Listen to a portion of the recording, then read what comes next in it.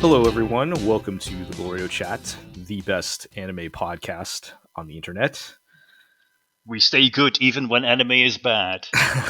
Well, we are indeed. I would say we're transitioning in this episode into the new Winter 2023 season 43 of the GLORIO blog, if you will. God. And yeah, it's interesting. As I was getting our show notes ready, I'm like, man, this season's kind of boring. I'm going to do something gutsy here. I'm going to go out on a whim and say this might be the worst season we have ever covered on the blog. I'm not going to go that. No, I'm not going to go that far. It's not summer 2022. Whoa. No.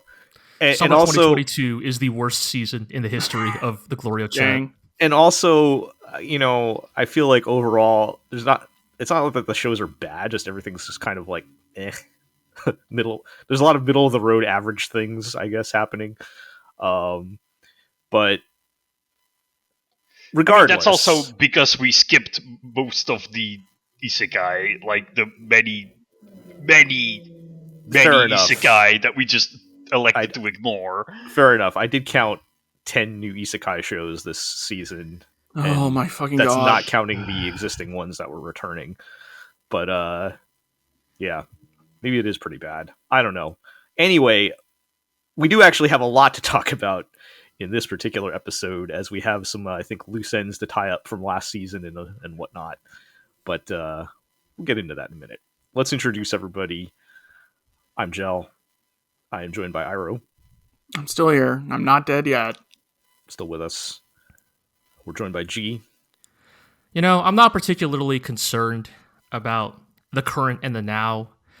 I think if you're so focused on running away from the current, you only gain one.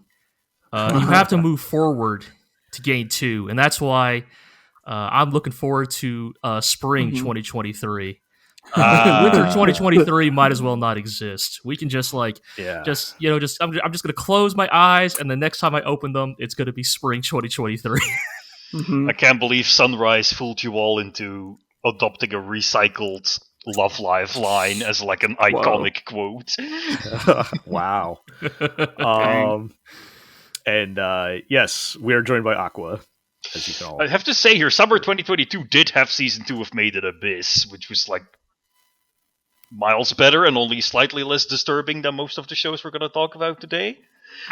You are totally correct, Aqua, but it was also the only show in all of summer 2022. That's one more than we have now. Is that was I watching Call of the Night that season? Yeah, that's Call of the Night is that season. Yeah. I mean, there are some things this season that are not terrible, which we'll talk about, but not terrible. Put that on the back of the Blu-ray. But I think to play off of what G was saying, we have some loose ends to talk about before we get into the new shows. And we can start with the much delayed and rather it was something. The finale the striking like a slap to the face. Yes. Oh yeah. Yes, that may be one way of putting it. Hey, we had to wait for the finale for a couple of weeks. This truly is the new Madoka. Yes, the season finale of Mobile Suit Gundam: The Witch From Mercury, which just aired last week. And normally, the show's coming back next season. It's just taking a break. Normally, I would kind of just let that one slide, but I feel like we have to talk about this episode. We have to talk about the finale of Witch From Mercury.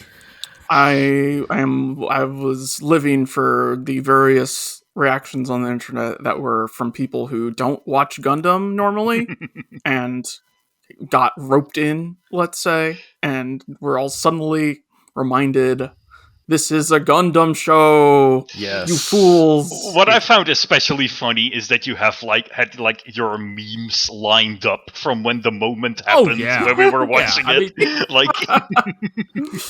It's astounding how fast the ship posters were ready to go the moment that episode aired. Like I was seeing slap memes for Witch From Mercury like within hours of its Japanese broadcast. Oh man. Yeah.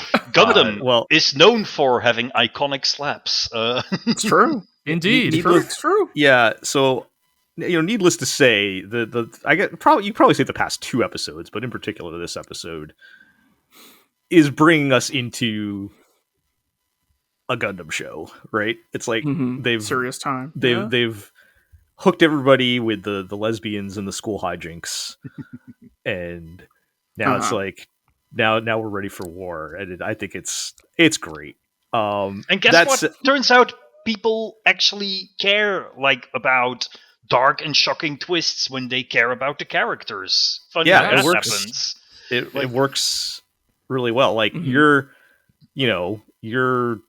on edge because you've come to care about these characters, and you don't, and now they're in danger, and it's like, it makes it that much more effective. Yeah. As far as the content of the episode itself, I mean, there's a lot going on. Right. It was a jam-packed, pretty cool robot fights. Oh yeah, lots of cool robots, lots of plot bombs getting dropped, lots of characters crossing metaphorical lines here. Lots of attractive women doing morally unjustifiable things. Oh no. Yeah. Lots. I mean, look, Tomino was giving us problematic waifus long before people could even come up with a term for it. Yeah, I think what's really, really fun about episodes 11 and 12 of The Witch from Mercury is the very sudden but very natural sense of escalation in the stakes that we see in these episodes that feel like they don't feel like it's like a lot of the stuff about these 2 episodes are blindsiding, but I would say the general tenor of these 2 episodes is not, because of the surprisingly decent job they've done with their relatively compact story to get us to this point. Initially it feels like a kind of almost cop out that Shadiq has gone from let's just duel over the aerial to I'm just straight up gonna fund terrorists and have people killed. But then you realize that the whole dueling system was just the thinnest veneer of tact that kept these completely heartless, callous people, these capitalists, from using the most underhanded methods possibly to achieve their goals, right? Right, and I think that's the really fun thing about a lot of people, people have their feelings about Suletta as a protagonist one way or another. But the thing I will say about how I appreciate how she has been deployed in this story is that the duels always existed to sort of be a glorified staging grounds for the succession of the Benerit group. And as a result, there is sort of that nobleman's gentleman's agreement of oh well, Guel's the holder now, but I'm Shadiq and Alan are probably both thinking to themselves, yeah, but I can take it back whenever I want, right? There's this idea that oh, this is all just pageantry, and we have all agreed to play the game because for now playing the game is convenient, and right now they are all realizing that they no longer need to play the game to achieve their goals. Kind of with elections. Right. I mean, the thing is, it's not even just they don't no longer need to play the game. It's that they can't play the game anymore. Suletta's too strong. Right. Suletta is literally too good at playing this game. So it forces their hand, right? Yeah. Right. Shadiq's turn towards funding false flag terrorism makes a lot of sense after his loss, because his loss makes him realize, oh, I can't beat her in a straight fight. No, not even a straight fight. I can't even beat her in a 5-on-1. I can't even when I've stacked the odds in my favor. When I'm cheating, I still can't win the game. This is a metaphor for how they split up sports for two genders, because it turns out that when women compete against men, the women win and the men can't stand that. Right. So it's it's just the table. I'm just going to overturn the whole table, right? Fuck the game and fuck the pretense of it. And that escalation is what leads to the extremely bloody results of what happens at Plant Quetta, right? It's Well, like that this is and what also happens. Lady Prospera's machinations, right? Right. Speaking Yes. of another thing that like, because we're talking on this theme now, of another thing that sort of feels like it comes out of nowhere, like it is a real sudden escalation, but when you think back of it, also kind of makes sense, like how Soletta can, with like a couple of words from her mom, suddenly turn into someone who's like totally okay with killing people if it, you know, advances her personal goals or strengthens her personal resolve, right? Right. Right. I Very, mean, very good, like, mirroring the first episode where yes. she just obliterates Guel in Mhm. that thing, and it's like, in theory, she's new to the school, like, she could have done that to a mobile suit that wasn't, like, Mhm. she could have done that lethally. Right. I mean, I think that is sort of the implication. Yes, That is it the is dark definitely on purpose, implication yeah. of episode 1. Now is we are all hooting and hollering when she chops up Guel's mobile suit like it's fucking meat, and then you realize, oh, that's the non-lethal version of what she could have done. Like this entire time, right? It's like she Yeah. always had the capacity for it. It's just that. It's just that the context was like non-lethal, and Yes. it's just fun school time duels. Right. So I think, like, academically speaking, as in if I look at this as like an example of how to write something, I probably would have made Lady Prospera's manipulation a little bit more obvious in earlier episodes, but I think in terms of delivering the maximum emotional impact while also still having it make sense, what they did here was the best possible way to do it. Yeah, I mean, mhm. the thing I've heard from. Oh, go ahead. Yeah. Joe. So just to that point, like, I do think because they had my and this is kind of a minor issue. I don't think they went too far, but it was kind of borderline for me with the whole bit with Suletta kind of flipping over to being able to kill people now, because they did have the scene right before it with her mom shooting the guards or whoever, right? Right, and Suletta's And- like losing it, And she's very for a hot upset by second. this. And it is like, and it's not just me, because a lot of people are theorizing, well, she switched so Yeah. fast, maybe she's like literally like Right. there was some Code kind of phrase, like yeah, that like that Mhm. phrase, like she's brainwashed or something, and like that phrase like Right, set like- her off or something. Is moving forward you gain 2 the would you kindly of Witch from Right, Mercury right. or Yeah. Like, the thing is, I think they generally delivered well, but like the whole, like, the classic yandere, like, ecstatic Yeah. smile and empty eyes thing was a bit over the top. It Like, was a little, So it was borderline. It was a little borderline for me. so Like, the thing I will say about all this stuff, like I think you guys have some like valid takes on like the speed at which some of this stuff happens. mhm. I think the reason why it works as a season finale is like, here's the thing.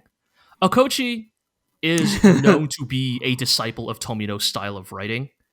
And I think in a lot of ways, I think a lot of credit also needs to be given to the directing of Yeah. Mhm. this last episode of Witch from Mercury, in which, okay, so we've talked before about like the mismatch between director and writer before, right? Of, yeah. like, I think Back arrow. Back Arrow is the most prominent example we have of, this is God. Nakashima, the guy who wrote Gurren Lagann, being paired up with Goro Taniguchi of like Code Geass fame. And like the directing and the writing didn't really line up, right? Like Mhm. his directing style couldn't keep up with like Nakashima's like utterly like manic Right, Goro slapstick. Taniguchi is way better at like deadpan comedy. Right, rather than slapstick comedy. Here's a case where I think the directing is perfectly in sync with the writing. The directing of this last episode is like maybe some of the most unsubtle like directing I have seen since Birdie Wing itself, right? Like, the splatter of blood separating Yes. Suletta from Lady Prospera, the blood Mhm. floating from her hands at the end of the episode. or like when she's like walking into the blood. Mhm. in Yes, that Yeah. scene just with- steps onto the it's blood. like very Yeah. not Overt. subtle imagery, It's right? no, and Yeah. I think some could argue, well, Yeah, maybe that's a bad thing, right? Maybe it's a little too on the nose. But I think for the type of specific melodrama that Gundam has always gone for in Mhm. its aims to achieve its specific type of anti-war storytelling, I think it really works here. Like, Right. it's In very that regard, impactful. It yeah, like sticks with you. so let us innocence had to be maintained, or at least the image thereof, right? Right. Like, so to have it, like, tarnished, quote unquote, in Mhm, such a, mhm. like, dramatic and traumatizing way, it I That's mean, it's the thing that a season finale should do, right? Because you're right that like maybe a more subtle, maybe a more like gradual shift or approach to storytelling would feel more natural. But I don't Right. think it would hit us as hard as the last episode before a 3-month break. Mhm, Yeah. mhm. And sometimes it is okay to go for shock value, right? Yeah, Uh-huh. deployed appropriately, it can Yes. be very effective. in the Yes. right circumstances. And um We haven't even talked about like Gwell. the whole thing with Guel and his Oh, man. dad, which felt like the most old Gundam thing in Yes. that entire episode to I me. mean, this felt Yes. like a freaking Greek tragedy. Like, And Right. this that's is the some Oedipus Rex Yeah, shit. Like, Yeah, and that's the lovely thing is like that's what when Iro says that like that reminds him of old Gundam. That's kind of what old Gundam was. It was Mhm. very melodramatic, right? Like, you know, me and Iro are cackling because we know what's about to happen to Guel. Yes. Because like they have set up all of the. We have seen these blocks before. Like Iro and I were like, oh, I see where this. Oh, Guel's dad's getting in a mobile suit, huh? you've identified the pattern. Yeah. You know, and, Mhm. and even when you know it's coming, it still works because they sell the anguish of these characters. Like it's like if you had told me around episode 1 that Guel would go on to become probably my second or third favorite character in the G-Witch cast, I don't know if I could have believed you. Like Right. but Yeah. they really sell the melodrama of it, and even like the less like over the top stuff, right? Like Nika, right? Like Nika's cover Mhm. being blown mhm. this episode. You know, I mean, it's only Martin who has seen her, but obviously that is going to be, Yes. A point of A contention. problem. Yeah. Yeah. yeah, right. Like because obviously the question is like, what will Nika do to silence Martin, right? Like, Right. like will it be bribery or seduction, or will it be something more dramatic like a bullet to the head? Right. Like we don't know. Yeah, it because- was only like the two of them that we last saw them, right? Like Yeah. what is- yeah. And that is the wonderful thing about what G-Witch has done is that with these last couple of episodes, they have established where the stakes can go. Like anybody's fair game at this point. Well, and not just that. Like, they've shown that they can escalate the stakes, turn this from a relatively low key, like high school melodrama, but with giant robots, into like a political conflict without going all in on the exposition. And that's Yeah. very well Mhm. done, because you can tell that this is a world that they have thought about extensively, but they only reveal what needs to be revealed for the story Totally. to work. Yeah. Like, there's a whole underlying conflict between Earthians and Spatians and Yeah. the different corporations working there, and like terrorist activity, guerrilla warfare, but it all exists, but it's only mentioned when it serves the story, as opposed to, endless expo dumps that usually accompany a show trying to change its identity like this. Right. And that's probably the benefit of this being a longer show, right?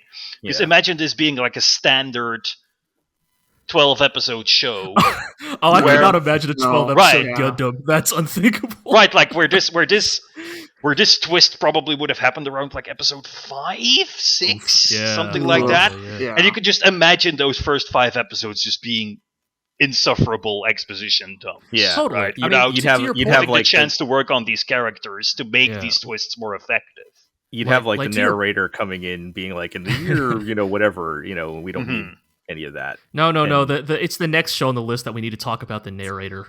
But Oh my god. no. To Oh your my point, God. Aqua. Like, there's something I really like. Yeah, like the thing I kind of really love about like the whole Earthian terrorist attack on Planet Quetta is like it almost feels like the show finally trusts that you've watched enough of this story to understand that no, we don't need like the big terrorist leader to like announce over the intercom his goals, right, or ideology. Even the Witches from Mercury mostly just kind of come off as like, you know, one comes off as a soldier. The Witches from Earth, not from Mercury, Earth, right? Earth, my bad. The Witches from Earth, right? I mean, one comes off as just a soldier doing her job. The other comes off as an unhinged sadist, but, you know, we could get into that. But, like, even in those interactions, right, like, there's that great moment, like, where, like, I feel like they're even telling a lot of story through the fights, where the Earthian mobile suits are firing solid ammunition. Yeah. Right. You get the one line where the guy's like, "Oh, you can't use bullets, you damn Earthians." Right, you're polluting. Yeah, polluting and then space. like, and then the more like the more collected Earth Witch is just like, I mean, she basically calls them hypocrites, right? Like, you're the ones who polluted and left Earth in the state it's in, right? And the thing is, like, you know, they banned live ammunition, but made lasers legal because live ammunition is what the Earthians use, right? Also that, whereas yes, lasers is what the Spatians use. Yeah, like, and they don't have to explain that. There's a lot of wonderful You can subtext there. Yeah. They probably just don't have the like physical materials to make bullets in space. Right. Right? Like, well, they're making a law to their advantage under Right, the pretense of. right. Yes, that's what I'm saying. Like, yeah. But like that one little throwaway line, right? Where like you're scripting out a battle and like all of a sudden you come up with the idea of like, hey, these people use live bullets, these people use lasers, and what does that say about the world? And right. How do the people feel about this? Like, this reveals so much about how much thought was put into this setting. Yeah. It's details like that I just really, really appreciate. And like, you know, like, not to go full Zelda cycle of like, let's shit on the old one, but like, it is astounding how much better G-Witch's like economic storytelling and pacing and world building, how much better it works than anything Iron-Blooded Orphans did, a show that had twice the runtime than G-Witch is going to have. Like, yeah, I just like, okay, so like, one of the things about Iron-Blooded Orphans, just to bring it in comparison real quick, right, is like the introduction of its protagonist, Mikazuki, or Mika for short, is that he is a child soldier, right? He is literally like, he is a fundamentally damaged person, right? Like, he has been killing people for a living since like he was a child. And so he is emotionally stunted. He is like very stoic. Like, he doesn't really know how to interact with people other than his adoptive brother Orga. Doesn't really emote ever. Right. And so like, when he kills people and when he acts the way he does, you're sort of meant to, I think the intent is you're meant to feel like off-put by him, right? Like, you're meant to go, oh, like, what's wrong with this person, right? Like, what kind of tragic life did this person live to turn out like this?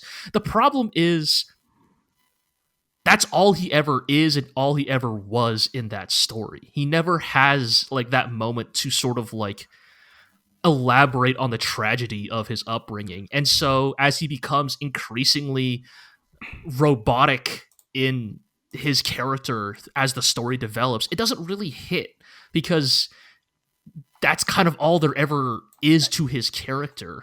Whereas with Suletta, because we get 10 episodes of Suletta being a regular teenager with regular teenage-ass goals, like tell a funny joke and get a nickname. You know, Suletta Forgetta. Never forgetta Suletta Forgetta. And it's like, because you have those moments where she does act and behave like a genuinely like personable, maybe, you know, look, she is a little off-kilter, but a lot of that can be explained by her very sheltered upbringing. Unique upbringing. Right? Yeah. But like, she clearly has very real goals and dreams. And that's what makes her turn at the end of episode 12 so galling for us, is because we know who she is, or at least we know who she was. And that's what makes who she is now so deeply uncomfortable. Now she is the same person, but willing to paste a man with her bowl suit. Yeah. Like, without batting an eye. And it's a lot of lines crossed that we can't go back from too, which is I think it's just a difference between how Okochi and Mario Okada write characters. Like, Mario Okada is known for writing Mario Okada, that's right. characters in function of like conflicts or moments she has in mind, right? Whereas I'm guessing Okochi maybe is more like a kind of writer who just takes his characters in a direction. Well, I think that he likes. feels... I mean, he's got a How very would you put wide this? variety of works, but there's a lot of like Right. But I'm mostly big- trying to big compare this changes and to twists, right. other works of his that have like this elaborate world building, something like Princess Principal, where it's more like, we put these characters in this world and we let them be affected and changed by it.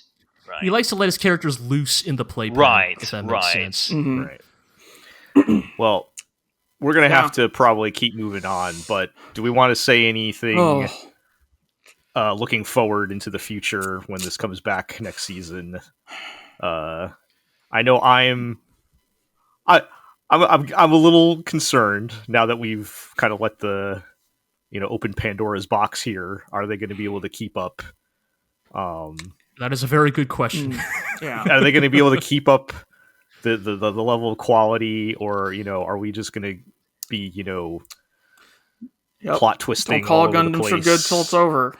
Right. Yes, And- no. So that is why, Yeah. like, my general take right now is that this is the most fun and excited I have been for a Gundam in a long time.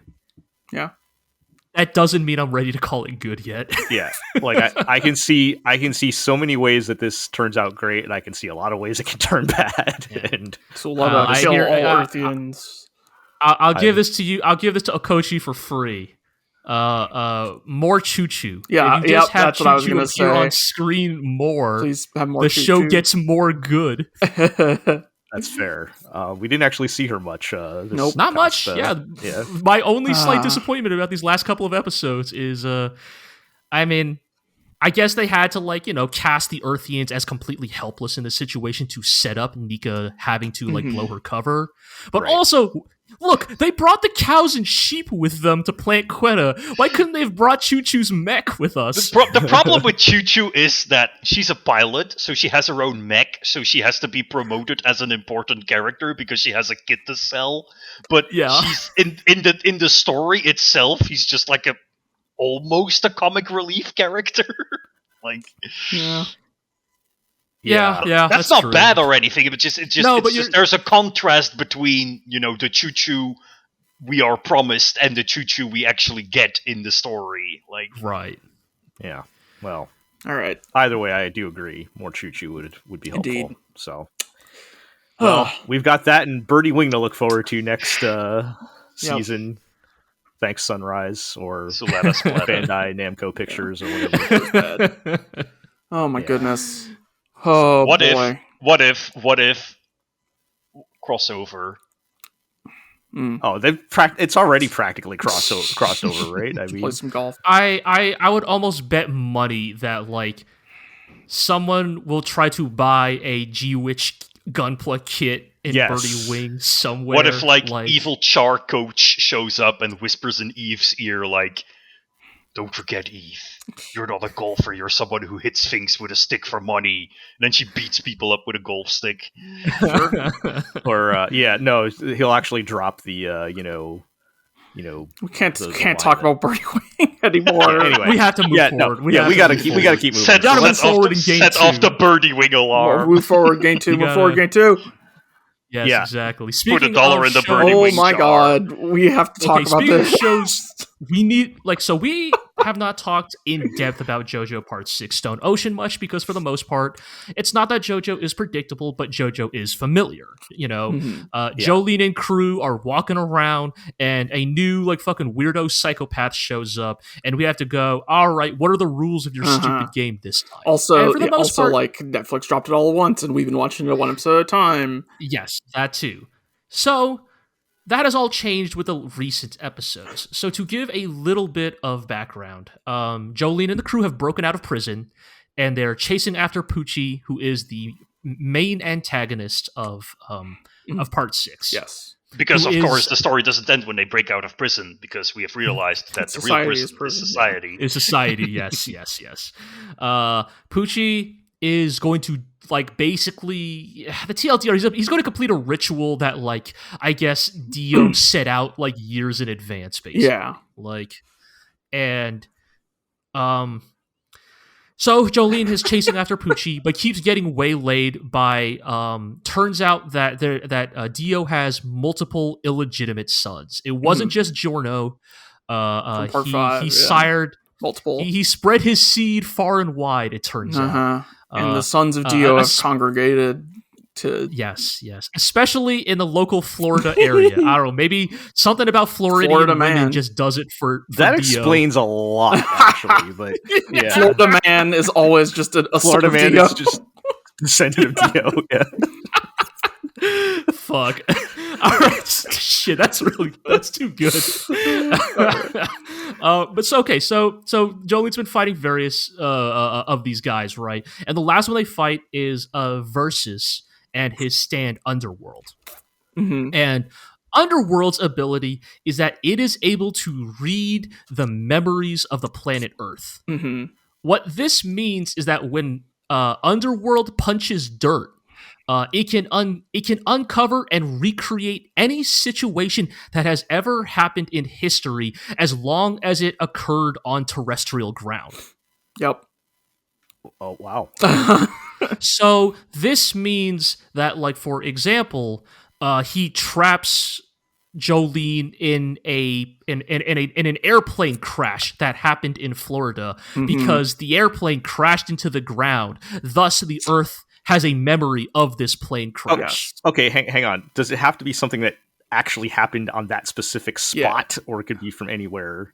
I think it seems to be nearby.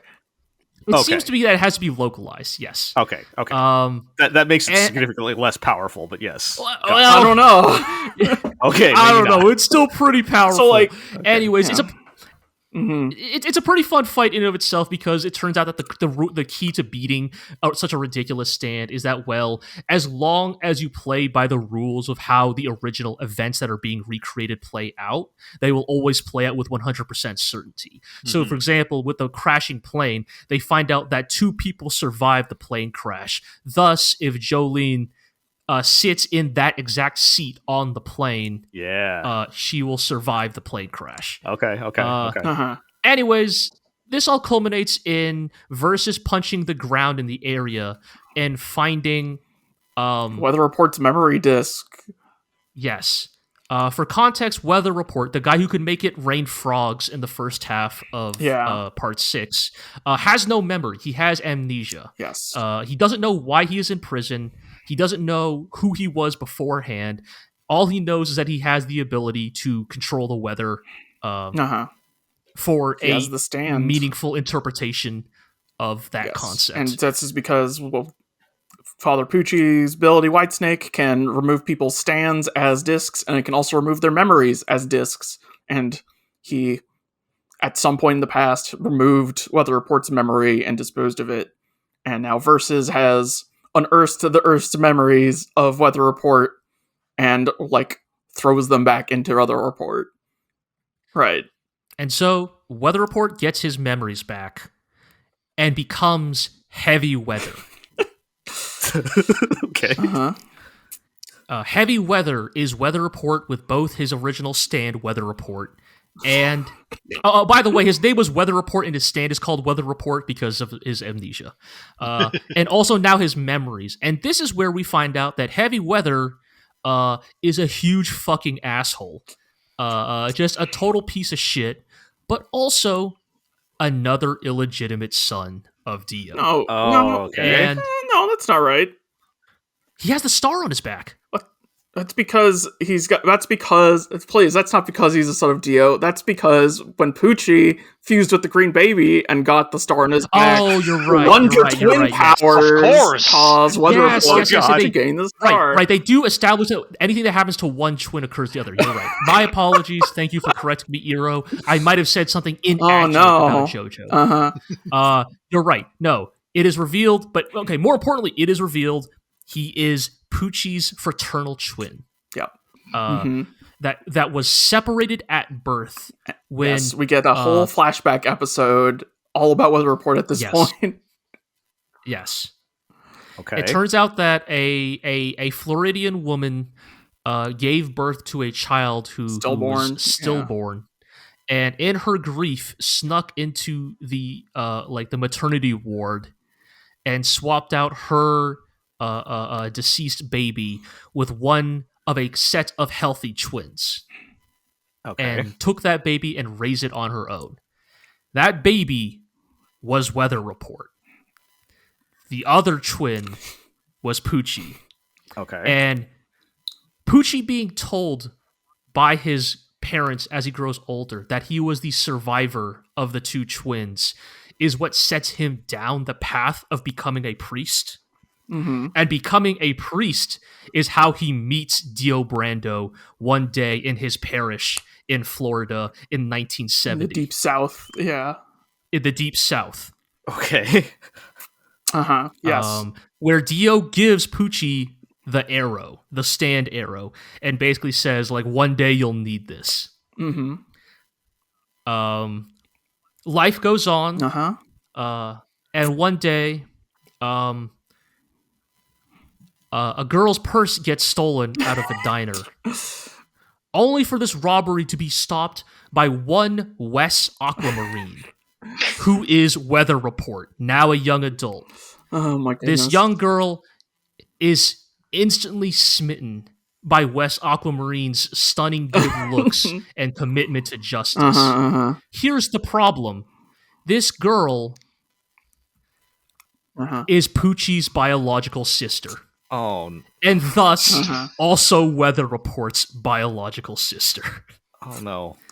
They begin dating. And Poochie, in his religious schooling, he takes a confessional from a woman, and this woman confesses that, many years ago she swapped her dead child with, a living child, and she still knows who the people are, and confesses to her whole crime, and Poochie realizes that, and he does some investigating, and he realizes that Wes is his brother, and that they can't date his sister.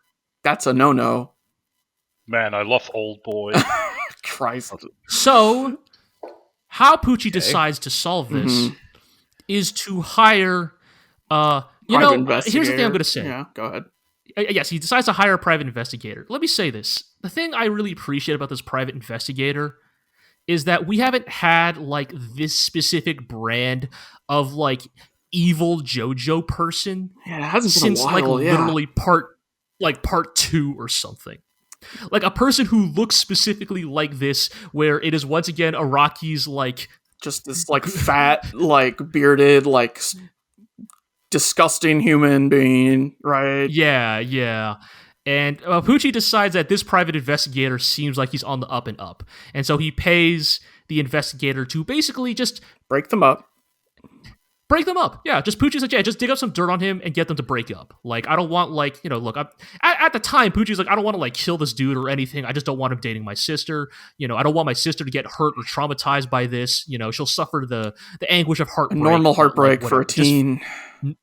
Yes, just figure out a way to do this. Oh, he wants to break them up without telling them the truth. Yeah. Yes, exactly. Okay, the private investigator. I'm trying my best to follow. Yes.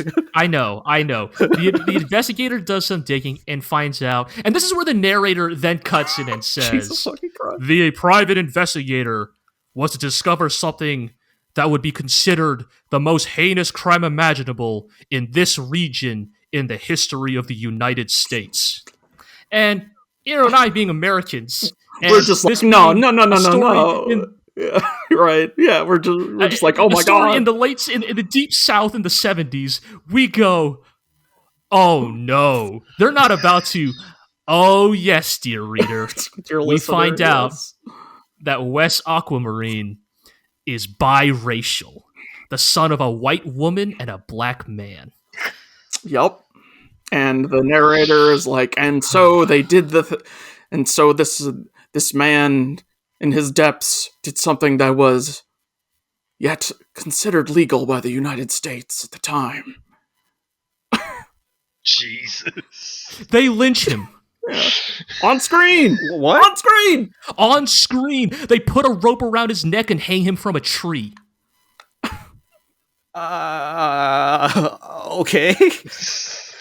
We're just losing our minds at this point. Araki has no chill. Just What completely happening? losing it. Yeah. Just Okay. All right. In her Mm-hmm. anguish over Weather Report's lynching, her He girlfriend's didn't die sister, apparently, No. but well, are we no, getting to that? It is literally a Romeo and Juliet situation where he was hung to near death, but he just barely survived. But his girlfriend's sister was unaware of this, and in her anguish, threw herself off a cliff. Yep. Okay. And so Pucci now has a dead sister and a seemingly dead brother. And this is when, in his anguish, Uh-huh.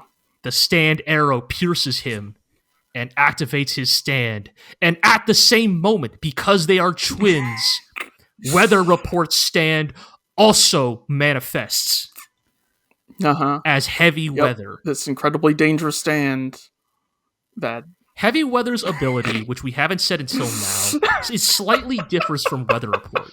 Whereas Weather Report's ability is to manipulate the weather, Heavy Weather is able to manifest rainbows.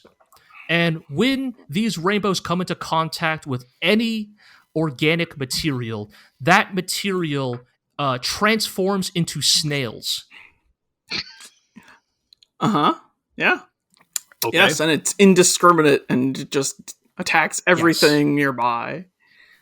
And so Pucci, Now you might ask, but gee, what does that have to do with I weather? thought you said Weather Report could control the weather.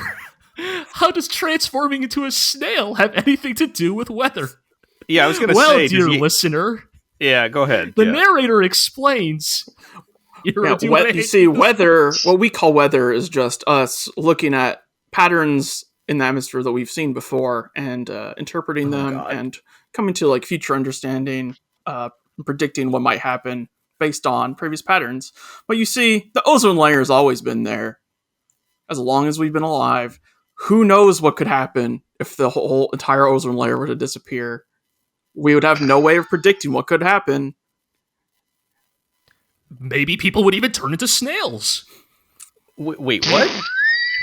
Anyway, This is like Schrodinger's it's ozone just layer? completely insane. What? Yeah, so that's like the dangerous, indiscriminate nature of this ability is why Pucci like removed Weather Report's memory, but kept him alive out of a certain amount of sentimentality, just locked up in prison this whole time. And Weather Report, having regained his memories, is now just he's an asshole. He's mad, and he wants to get Pucci and settle the score. But also, to be fair, he has completely legitimate reasons to hate Pucci. Absolutely. You know, considering the whole being the target of a lynching part.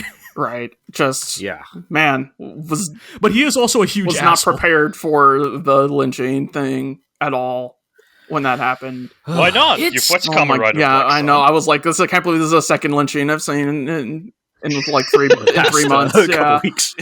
Yeah.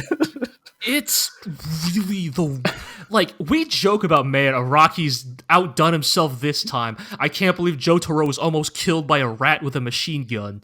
But this is actually, without hyperbole, maybe actually the craziest thing Araki has ever done.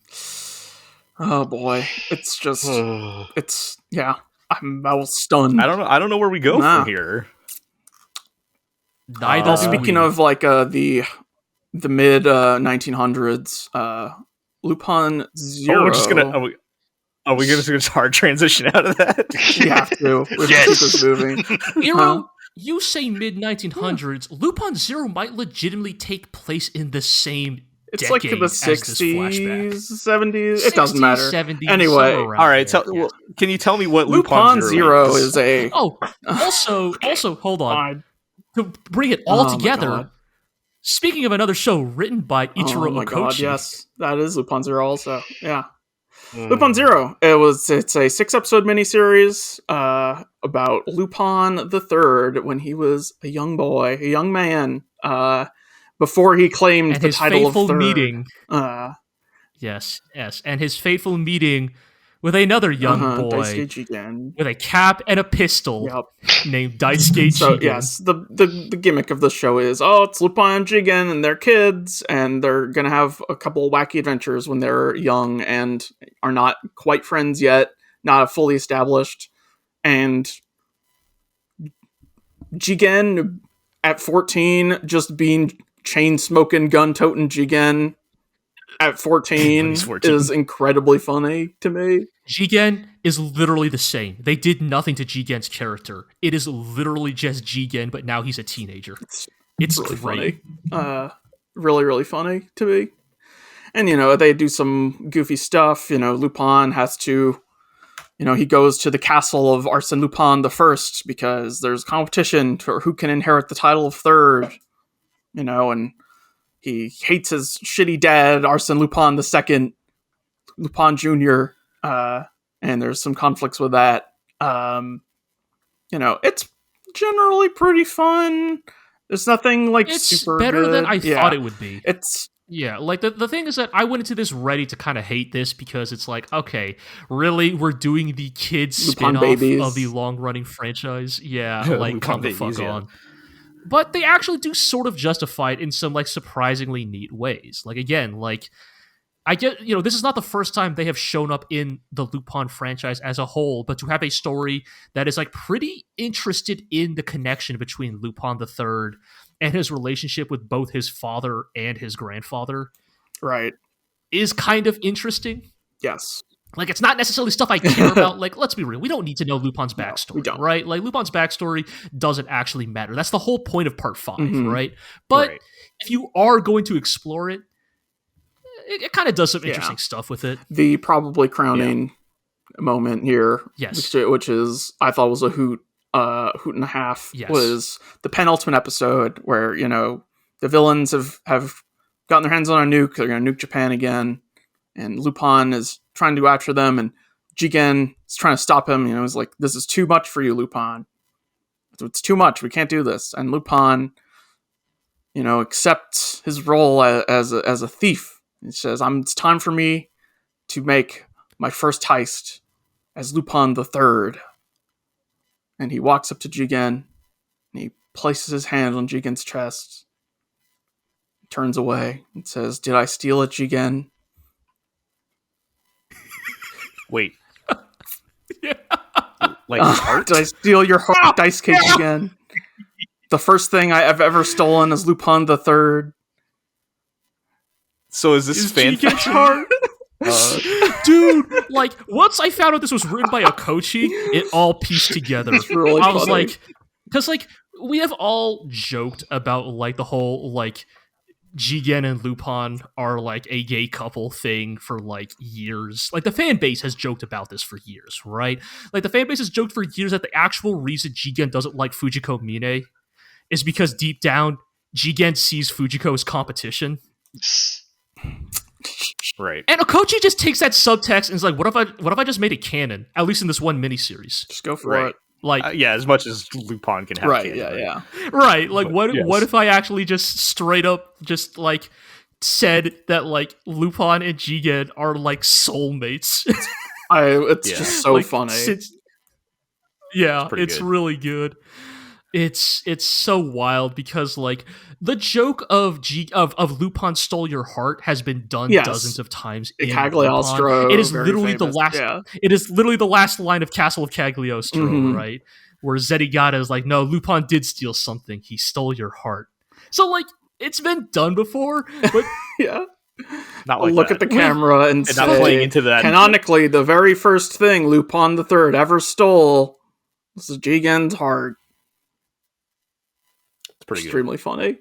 I thought it was a hoot. And then the last episode happens, and it's, like, not nearly as good, and actually kind of, like, somewhat, like, kind of weird, like, not off-putting, but, like, strange. Like, it's, like, strangely bitter for how the show was sort of framing itself, because, like, basically the goal of the last episode is, like, Lupin wants to stop the nuke from going off, but also save this, like, young adult woman who has sort of taken a liking to Lupin over the course of the miniseries. Her name is Yoko, and I think she is definitely intentionally meant to sort of look like Fujiko Mine a little bit, to sort of like incept in your head, oh, this is where Lupin got his type from. Mm-hmm.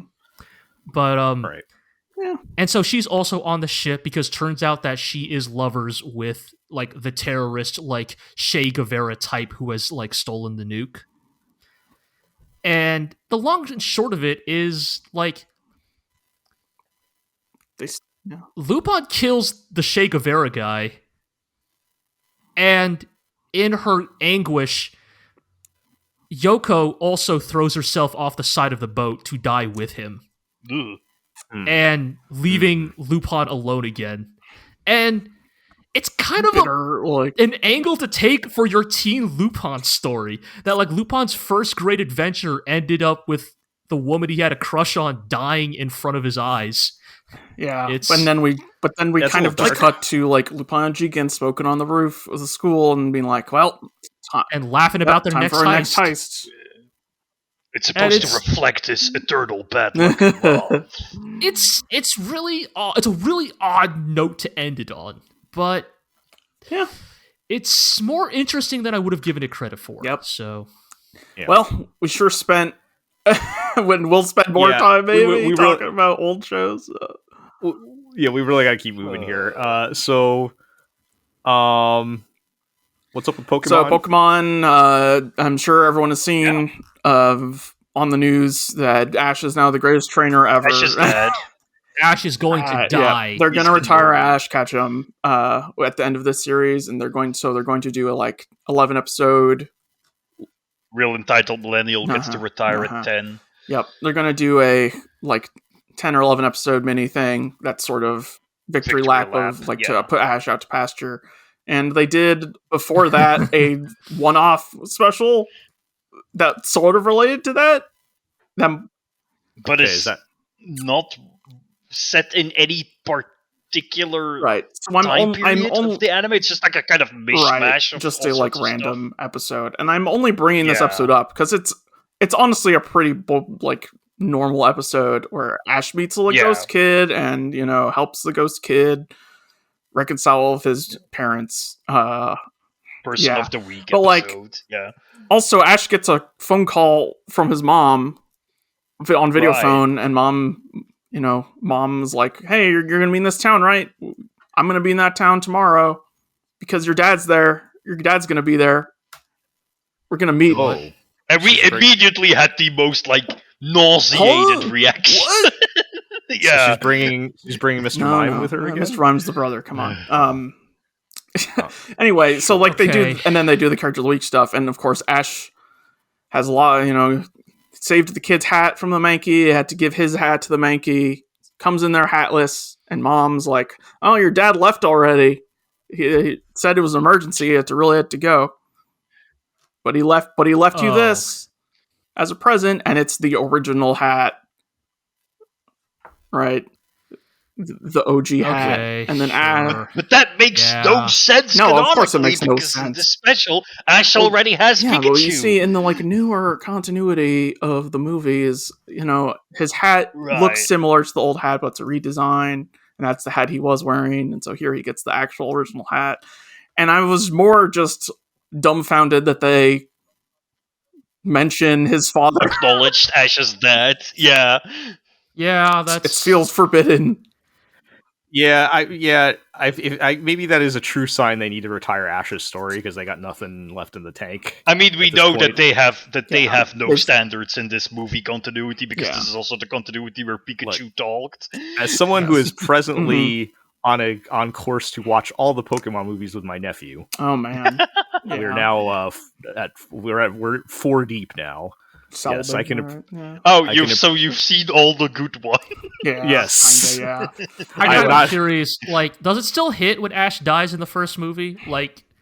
Do children still get fucked up by that? So the bit in the first movie that upset the kids with it is Ash dying and all the Pokemon, all the Pokemon fighting each other, right?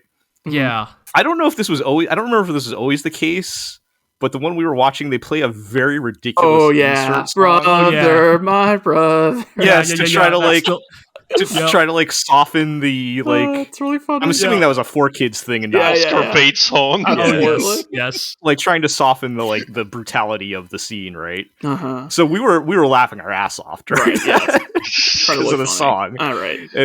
And in fact, every movie so far will be like, well, it doesn't have the brother my brother song, so it's not as good as the first movie. But Uh-huh. All right. Anyway, yep. Anyway, So the that's kids are black Pokemon. pilled these days, huh? Oof, damn. look, I'm blaming the song. Dang. If the song All right. wasn't there, it would be Yeah, very I dramatic. mean, we'll keep the group appraised of the Ash victory lap. I Sure. suppose as All the other things sort of move forward. weird taboos that will be violated. I'm Yeah. just wondering if this was to seed Ash's father's twin for reals. Yeah. They gotta empty the tank now, right? Yeah. Last chance. It's just gonna be Professor Oak. It's He's just gonna be Professor Oak. gonna get Misty bike back. Ugh. well. Did it I- ages ago. That's the joke. Yes, I How know. many more twists can they do with Professor Oak, though? Like, I just watched movie 4 where he was, like, actually the little Uh-huh. kid from the past or something, so, No, we can't do too much for Professor Oak because his original voice actor is no longer with us. Right. true. He will no longer be reading us haiku or senryu. Well, whatever he one should was. come back as like the piece of shit Professor Oak from the manga. Oh, dude, hell yeah! And we can't go on this tangent. All right, yeah, no, we can't. I We knew. gotta go. I, We gotta go. you got smart, Euro. I just laid that bait right there in You, front of you, you. I was like, you said Hero's trigger phrase. I bet he'll take it. I snapped it I was up about to and smash a and then human left. being. All right. Well, we've spent an hour talking about old shows. Yeah, let's. All right, let's shall we finally talk about Winter 2023? Yeah, let's get Oh on to my the God. new stuff. We'll All start right, with. well. Okay, so we'll start with the magical revolution of the reincarnated princess and the genius Uh-huh. young lady. Mm-hmm. Yeah. I'll point out. Peter did write about this. I think they Yes. enjoyed it. Yes. Aqua, you mentioned it. I heard enough buzz that I watched it before. I watched the first We got half of this episode, and I will say my piece at the end here. Yeah, Yeah, that I sounds watched. about right. I watched both episodes as well. But All right. Aqua, Right. you added this on here. So my thing is, right, I have like a track record of coming in on these first impression podcasts with a show that no one else has watched, and then it turns out to be one of our favorites. Like I came in with Ranking of Kings, I came in with Bocce, so I was trying to make lightning strike twice, and I was like looking around social media, so I was like, hey, what show is like getting buzz? So I ended up watching this, and it's fine. I don't think it's gonna be one of those, but The Yeah, first it's- scene had a it's- weirdly well animated fight that Yeah, actually might have used fucking Tsukikage Ran as a reference. Anyway, go ahead, continue.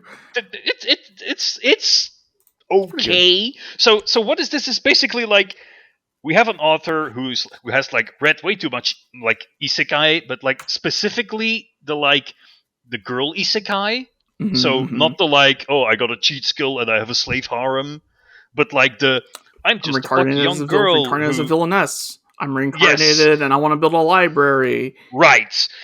And you basically have like two categories in this, right? You have on one hand the I want to build a library, so I reincarnated into a fantasy world and I want to do my hobby or my fun things and have everyone join in this cool fantasy world. And then on the other hand, you have like the villainous subgenre.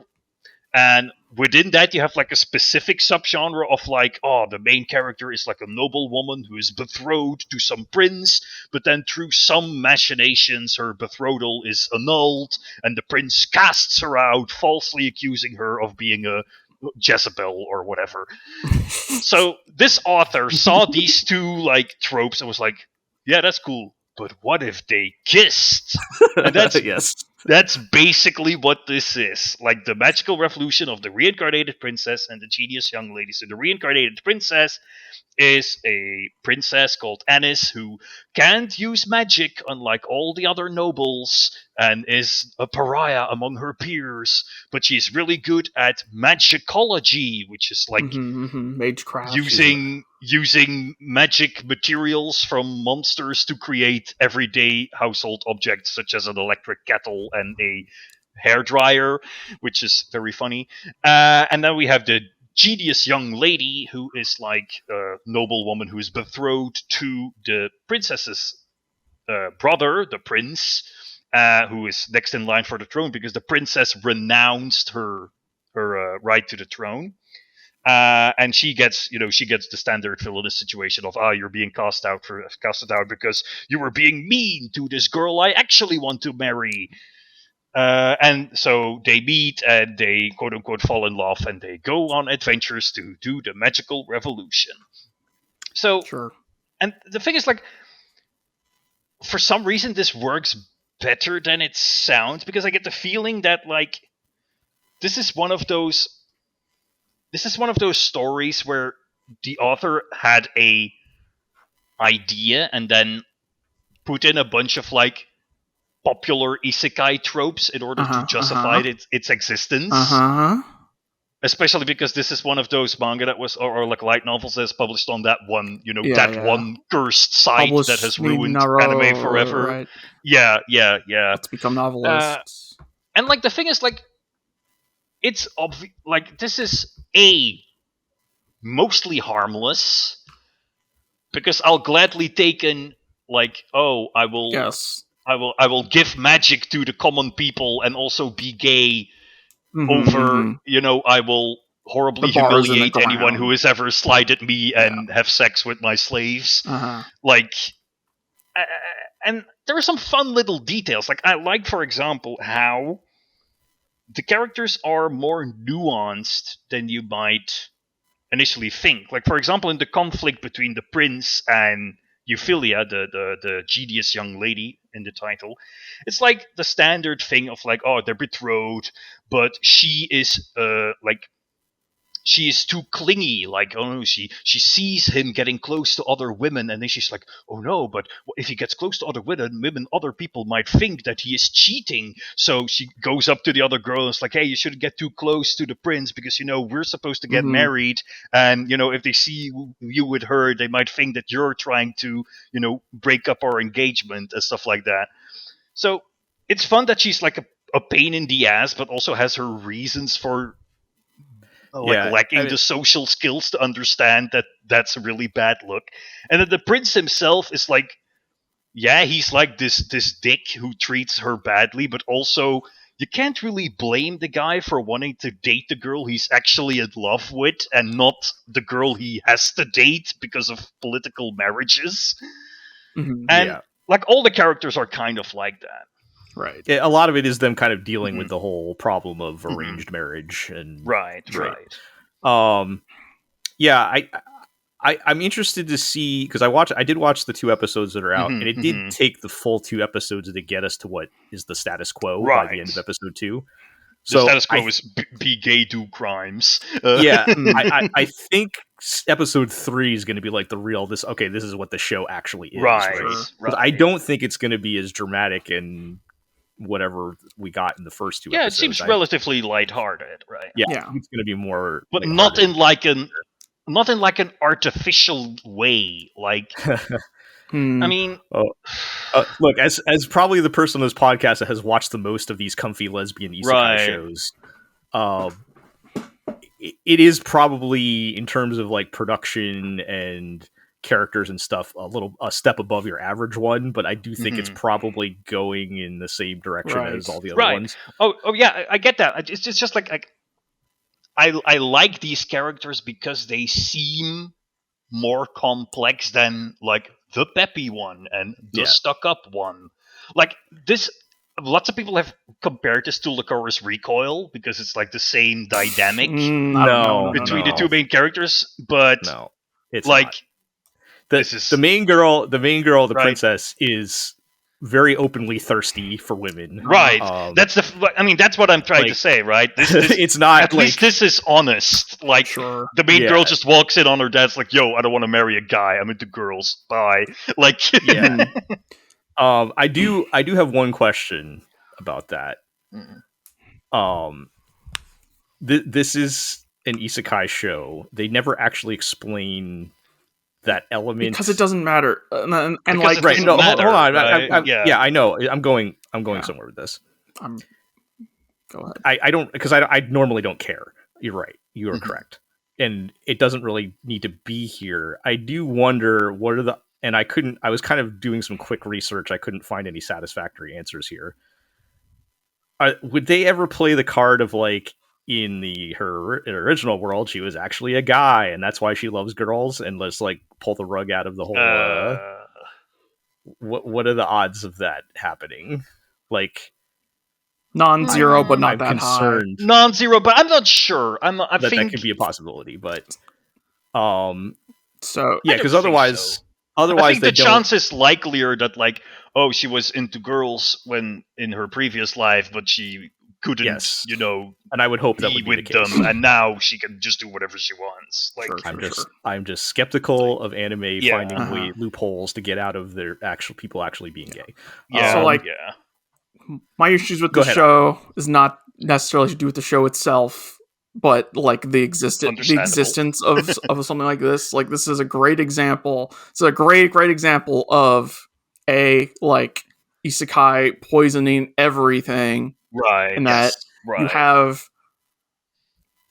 what could just be a story about somebody who can't use magic and wants to Yes. make a world, but can make magic tools or whatever, and wants to make a world where like normies can do magic. That's a story that could exist just fine.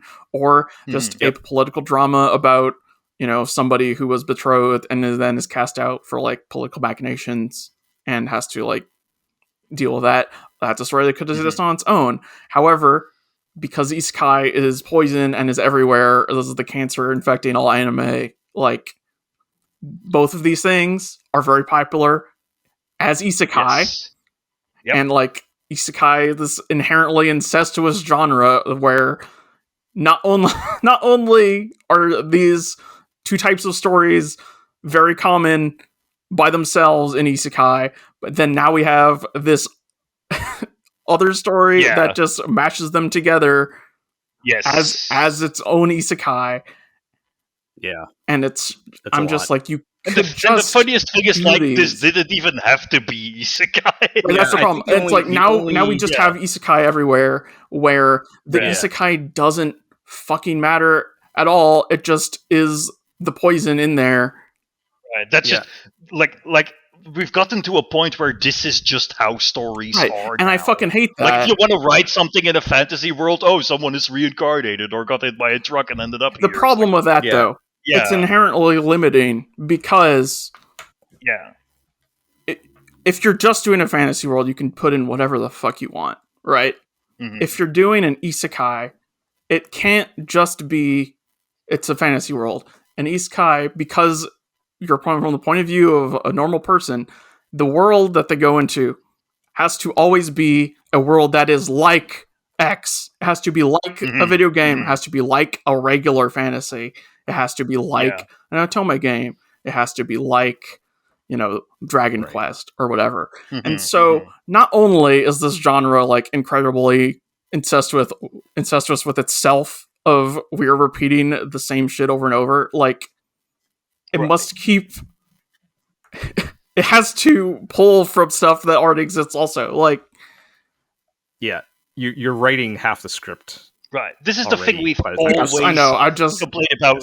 No, you've worded it pretty well. But usually when we come at this, it's because of like the game mechanics thing. Like, where we're always complaining that, like, the audience is expected to have such a small frame of reference. Even then, though, that everything needs to be expressed in like gaming terms. But I'm saying, like, now we've even moved past that to where the isekai world is just.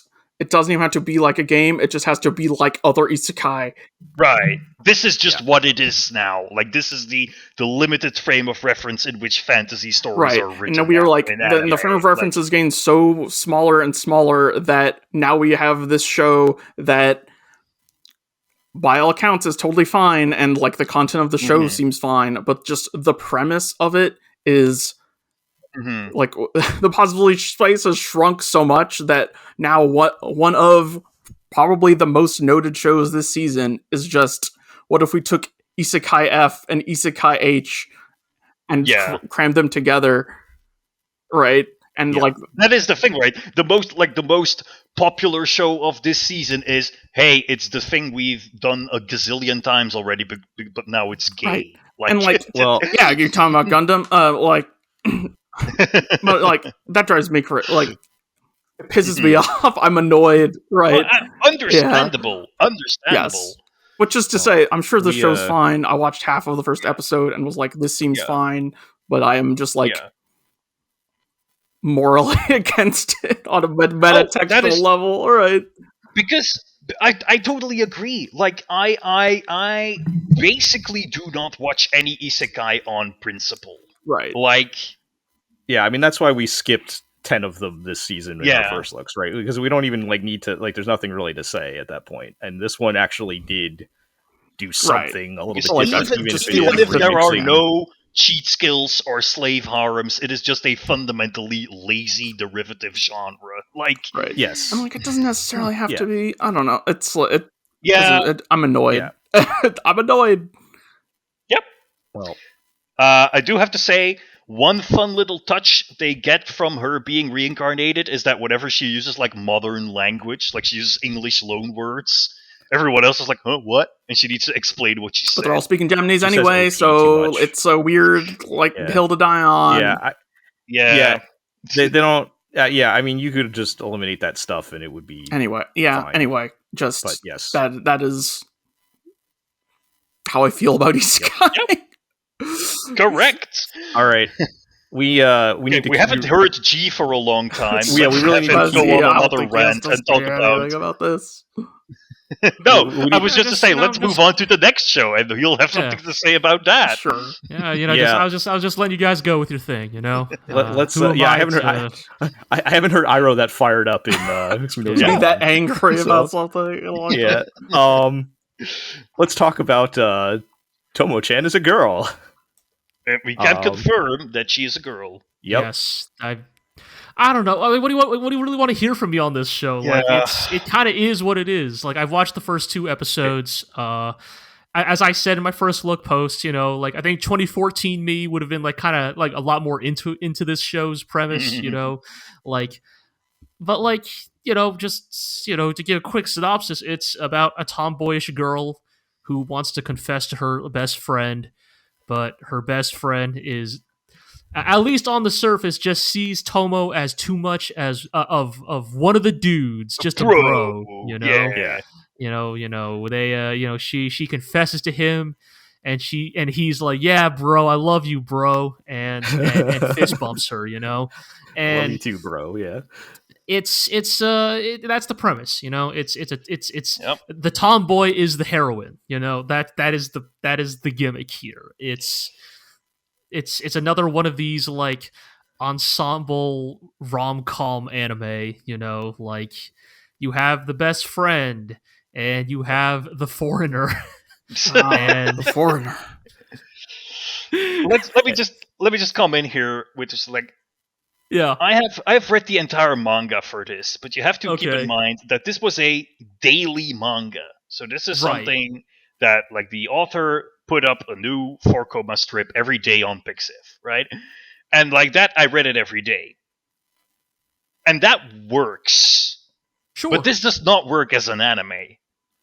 Because if you watch it, like the thing is, it starts out just being the same joke over and over again. And you can do that when it's happening every day, and you get done Right, with it or by- when you like have a Yeah. backlog of 60 like 4-koma strips that you just breeze through in 3 minutes, right? Right, because I mean, Right. like that you saying that they were released daily. It's like, oh, it's almost meant to be like a daily strip, right? Like, like Right, a newspaper it's comic. or peanuts. something. Yeah, right, Yeah, like like- peanuts or something. Yeah. And in that Right. context, then these jokes make sense, I guess. It's but yes, it is definitely once you like put it in, once you frame it in the 22-minute weekly format, that right. I'm not 100% sure it works as well. And then in episode 2, they sort of open it up. They turn it into more of an ensemble comedy because like Right. Gundo gets more screen time, and they introduce the foreigner, Right. Carol Cotton Candy Alston. All of these shows sort of like Shikimori-san a few seasons ago or whatever, like they sort of follow the same format of it's the one joke for a bit, Right. and then we introduce more characters and it becomes an ensemble comedy. Because what else Right. can you do? Right. This is the thing, like I've had this with many shows that people are like on Twitter are like, "Hey, this is so funny." I was like, "What?" I saw the first episode of that. It was just the same joke over and over again because Right. that's when like that thing you've described has happened. Right. You know, the one Yeah. joke I mean, has like, run its even- course, and now we have to like turn it into an And ensemble even like comedy. Kaguya did this too. Just the jokes were better, and Right. so it maintained itself. And also yeah. the shift came earlier, right? quicker. Yes. Yeah. Yeah. Because I guess, Kaguya yeah, is not a 4 coma. I think that's an important Yeah. distinction to Right. make. Mhm. Like, And so I guess that's that sort of thing with Tomo-chan, right? Is like it's totally fine. Like it's not objectionable. Mostly, like there's nothing mostly, really like yeah. like there's really nothing particularly untoward about it. They maybe lean into the boob jokes with the foreigner a little too Yeah. much. Like, wow, she's a foreigner and she's got big tits, and it's like, You know what's even alright, funnier than she's got big tits because she's a foreigner? What if there was a character who you wouldn't expect to have Oh. boobs, but then she actually have big boobs? Hilarious! Dang. Yeah. So you know, it's. I mean, it's that fine, kind of you know? show. Yeah, like, it is fine. You know, like Tomo-chan she's a not, totally likable member of a venerable archetype. I will say 2 things. First of all, this show, as far as I know, never does the thing where they give her a makeover to make her more girly. Like, the show is Right. about her wanting to be seen as a woman by her friend, but it's never about she needs to be more. but not like womanly. changing herself. Like, to do Right. so, yeah, Without yeah. changing herself. Right. Yeah. And I guess that is what I mean when I say that I appreciate that. Like, we live in this era where like anime culture has become so atomized Right. that like you can just have a show that's like, here's your trash can, Right. get in, you know, like Dive I mean, headfirst like, into there's- garbage. There's dozens of manga on Pixiv that are literally just called like, this is a romantic comedy where X archetype wins or is the Otaku, heroine. Right, no, where like- Otaku and- meets a Gyaru. Yeah, Whatever, yeah. And I whatever, think, and yeah. in some ways, it maybe speaks to like it is the, and this is why like I can't hate on Tomo-chan too much because I also embody this mindset of like Mhm. you know, you need to be the change you want to see in the world, right? If you want to see more tomboys and you want to see them win, you have to make it happen. Somebody you know? will make the like. Democratize the waifus. Somebody will yeah. Dig make the hole the, that is yeah. made for you. Exactly. One day, someone will make the like Shakugan no Shana equivalent and like popularize a specific archetype that will get parroted 100 times, right? And be the only one Right, but I for mean- X years. But I guess that's kind of like that's the thing. I mean, you joke, you know, but also I wonder if that can even happen anymore. Is sort of what I'm getting at. Is like Right. people's tastes have become so like diversified. Like you just can't have a Shiori Fujisaka anymore, Can't have another Rei Ayanami. Yeah. right? Mhm. Like you cannot have like the single it girl that just unites all of otaku fandom. That doesn't Right. exist anymore, you know. And so people have their very particular tastes and preferences, and you sort of see that reflected in the works that are being made, right? Like, and I guess in some regards that's academically that's interesting to me, even if the show itself is like not necessarily that like noteworthy. It's like, Right. oh, it's cool and it's interesting that someone was willing to make an anime devoted entirely to my garbage can as opposed to all of the other garbage cans. I'm just waiting for a romantic comedy where the snarky, brooding goth girl gets to be the heroine even though she fucking hates you. Whoa. Oh, I'm sure that's got to be out there somewhere. All in or due coming time, soon. you know. Yeah. Uh-huh. All right. So yeah. That's Also, sort of all there is to shout say. out to Rie Takahashi for doing her crazy tomboy voice while she's usually Takagi-san. Sure. Oh yes. Yeah. Like when I heard her voice, I was like, yeah, I was like, oh, who voiced this character? Because Yeah. like I was not entirely sure. She I was also like, Mashu and Fate. Like- in our, Yes, Alright. yeah, she's okay, Masu, because yeah. you know, maybe putting my hand out there. I was like, this doesn't sound like I've heard all of the major tomboys in anime voice acting. I This doesn't could sound like any of identify them. them like at the back of my hand. This is a new one, and so I was Yeah. pleasantly surprised. Sure. All right. Now that we're on this topic, allow me a brief aside. I just remembered that I had another show I needed Oh to my write goodness. about, and I've literally forgotten about it because it was so boring. And Cool. that show was called Kubo-san Won't Let Me Be Invisible. And God, we did everything watch you that, need to didn't know we? about that show is in the title. It's about a boring guy who Literally- just wants to fade into the background, but there's this girl who just won't let him. And Yeah, it don't that's fucking that's matter. the show. Right. That's I the also Alright. just show. instantly let that drain out of Like- my brain. Yeah. We'll have So, to. Apologies, all you Kubo stans who were looking Uh-huh. forward to my scorching hot first impressions on that. I forgot. We've got a lot of those types of shows these days. Yeah. The Oh, boy. like We need to. Manic Pixie Dream Girl bullies you into doing social activities. Well, Yes. our next show has a more of a Manic Pixie Dream boy. Let's go. We have to keep this moving. Yeah. It's a Sugar Apple Fairy Tale, which is a show that is about, hey, what if girls could own slaves in a fantasy world? Hmm. More female Well, slave prison owners, guards. yeah. Yes. So the thing is, this is like, this also caters to a fetish, as in, oh, I want a brooding guy to protect me, even though he doesn't really want to, but there's just something within him that makes it so that he can't help but protect me. Uh-huh. You know, that kind of thing, which is And still this better time- than I want to humiliate women and have them be my sex slaves. But still, Wars in the ground. yeah, and sorry, I just can't get my head around this. Like, this character, the show plays lip service to the idea that the main character maybe is considering that buying a slave is perhaps a little bit unethical, but it never goes into it other than like, oh, I have a generic thing to brood about. Like, When we say slaves, is it like fairies? Is that yeah, how that so the works? show is set in a world where, like, are there once fairies. were fairies, and there are humans, and humans were able to subjugate fairies because it turns out fairies just can't resist sugar. So we these fed the fairy- fairies a bunch of these sugar. fairies need to learn something from the fairies in Dunbine. Just The say asshole. fuck you Yeah. to the And now- affairs of men. Right, and now men rules the earth, and fairies are their servants. So our main character wants to become a, what is it, like patissier, sugar confectionery Yeah. maker person. Uh-huh.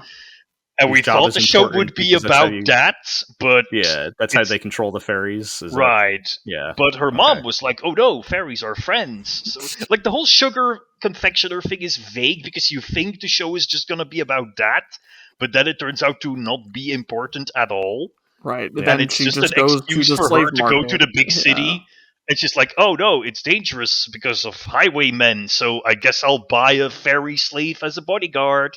Hmm. And like, Cool. all the fairies are like, like Tinkerbell fairies, like, little guys with wings. But there's also a fairy tale that is just a hot guy who is just regular sized and has a sword. Warrior fairy. Yeah.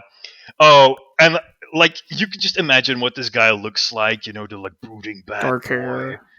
And as soon as we saw this character Yeah, and they that's were right. discussing his name, I was like, it's gonna be something edgy, like Crow or something, right? And then, like, literally 1 second after, it was like, my name doesn't matter. Call me Crow. Whatever. Oh my god. All right. Well, Yep. So you that's- can that go show. to the glorioblog.com Oh, yeah, and read yeah. Yes, Aqua's read that post, full fairy tale Uh-huh. Cautionary that tale. in place of the Uh-huh. review of that Oh, my show. goodness. But yeah, Yeah. we'll keep it moving here. Should have kept the Princess Girl Boss joke for another show. Yeah. All All right. Let's talk about Buddy Buddy Daddies. Daddies. Buddy, This is Two Daddies. killers. I was story of actually- two this is killers one of and a the few- girl. this. Yes, that's actually the title. This is one of the few shows I was actually looking forward to checking out this season, and I was somewhat disappointed, I guess. Mhm. The concept being there are two, they're killers, Hitman. and they had taken a little girl, I guess. Uh-huh. And it's, Because so, it was like, what if?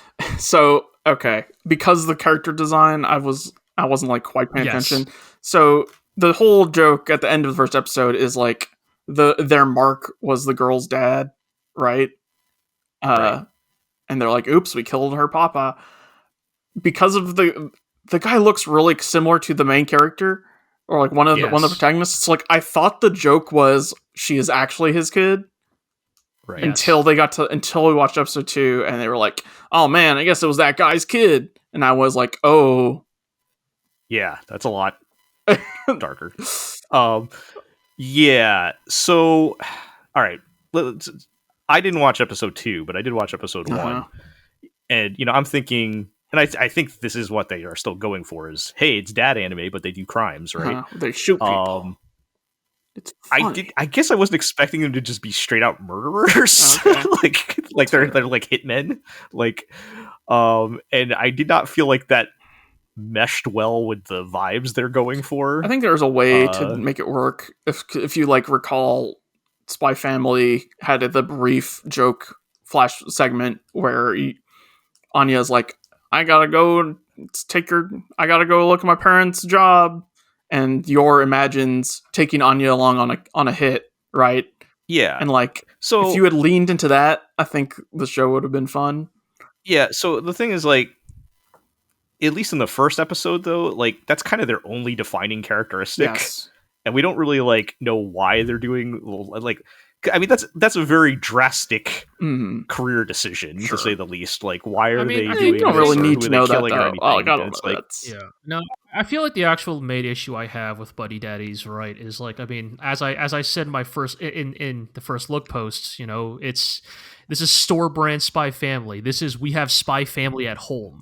Because like you guys are talking about, like, oh wow, it's kind of weird they kill people. Both Lloyd and Yor kill people. Yeah, but like, it's well established, right? And I think so that like that's makes Buddy Daddies not work is like the humor doesn't really feel like it is necessarily tied to the premise. Like it feels like they're just kind of throwing jokes in there, but the jokes aren't really related to like. Yeah, well, that's what I'm talking about. Like when Spy Family makes a joke about Yor killing people, it's they frame it in a way that is like funny. It's like kind of dark, funny jokes, right? Like that tie in with this. They're tying it in with the whole overall premise. And honestly, that's like 1/10 of what's going on in Spy Family.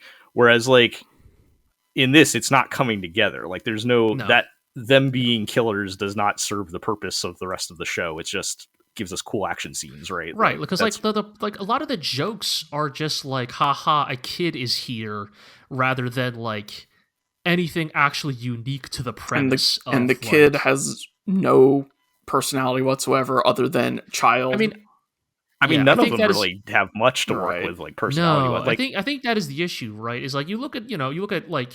The thing that make Lloyd, Yor, and Anya all work is that here's the thing, they all represent very specific, well-worn archetypes, but they have specific twists and quirks that make it interesting, right? Like, Lloyd is the super cool, super prepared spy, but he is like left utterly befuddled by the behavior of both his child and his like fake wife, right? Like they completely confound him. He has no, like, despite his years of experience as a spy, he has no clue how to deal with either of them, right? Right.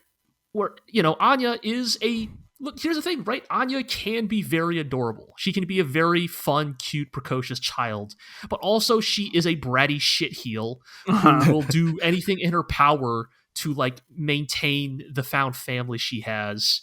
Right. But also she is still a child with a child's understanding of the world, and that inherently limits what she can do. Yeah. Yeah. The kid in Buddy Daddies has nothing. She's just a kid. Like, that's it. Yeah. Like, it's just child. And like it's not even a particularly like realistic child, because like the whole thing feels like somebody had this good idea on paper, let's make this, and then they had no plan for how to make it actually work, right? Kind of. Which is like we always come back to, like, you got to have more than a good idea, right? You need to know, because I mean, like, for example, like I know it was like weird for me to get hung up on this, but it still bothers me. Is like, okay, so there's the joke in episode 2 where like, one of the Buddy Daddies gets woken up because the little girl needs to use the toilet, right? And the whole joke is basically, oh, he's an adult, but he doesn't know how to deal with a kid. It's like, oh, she needs help up onto the potty, right, and all that stuff, right? This same child navigated Tokyo Right. by herself in episode 1. Way harder than So getting how up onto a toilet, if you ask me. So, how old is this kid meant to read? Because in my brain, based on her actions in episode 1, I was like, oh, she's like Anya's age, like Right. older than a toddler, but like probably at earliest kindergarten age, right? Like, 4 to 6 range, right? Like, sure, like is old enough to be like self-conscious about her surroundings, but like obviously still not like wise to the ways of the world. And then the joke in episode 2 completely throws that into question. I'm like, wait. This child not capable of using the restroom by herself? How old is she, actually? Yeah. Like, is she younger than that or something? You know what I mean? And it's like, it's like even the jokes don't really fit the vibe and the tone of the work that they like preside in. Yeah. And yeah, I don't know. It's like show. Yeah, like it doesn't come together as one cohesive thing that felt like it's like thought out and planned out and certainly like, they not know like what they're working with. This show is probably a good reminder that like, look, we all loved Akiba Maid War and we were all like, man, PA Works really pulled it off. Like, let us not forget that PA Works' actual track record with anime originals is spotty. There's also spotty, I mean, it's different like core creative talent here, but of course, yes. But... I do think that's a good comparison because that's another show.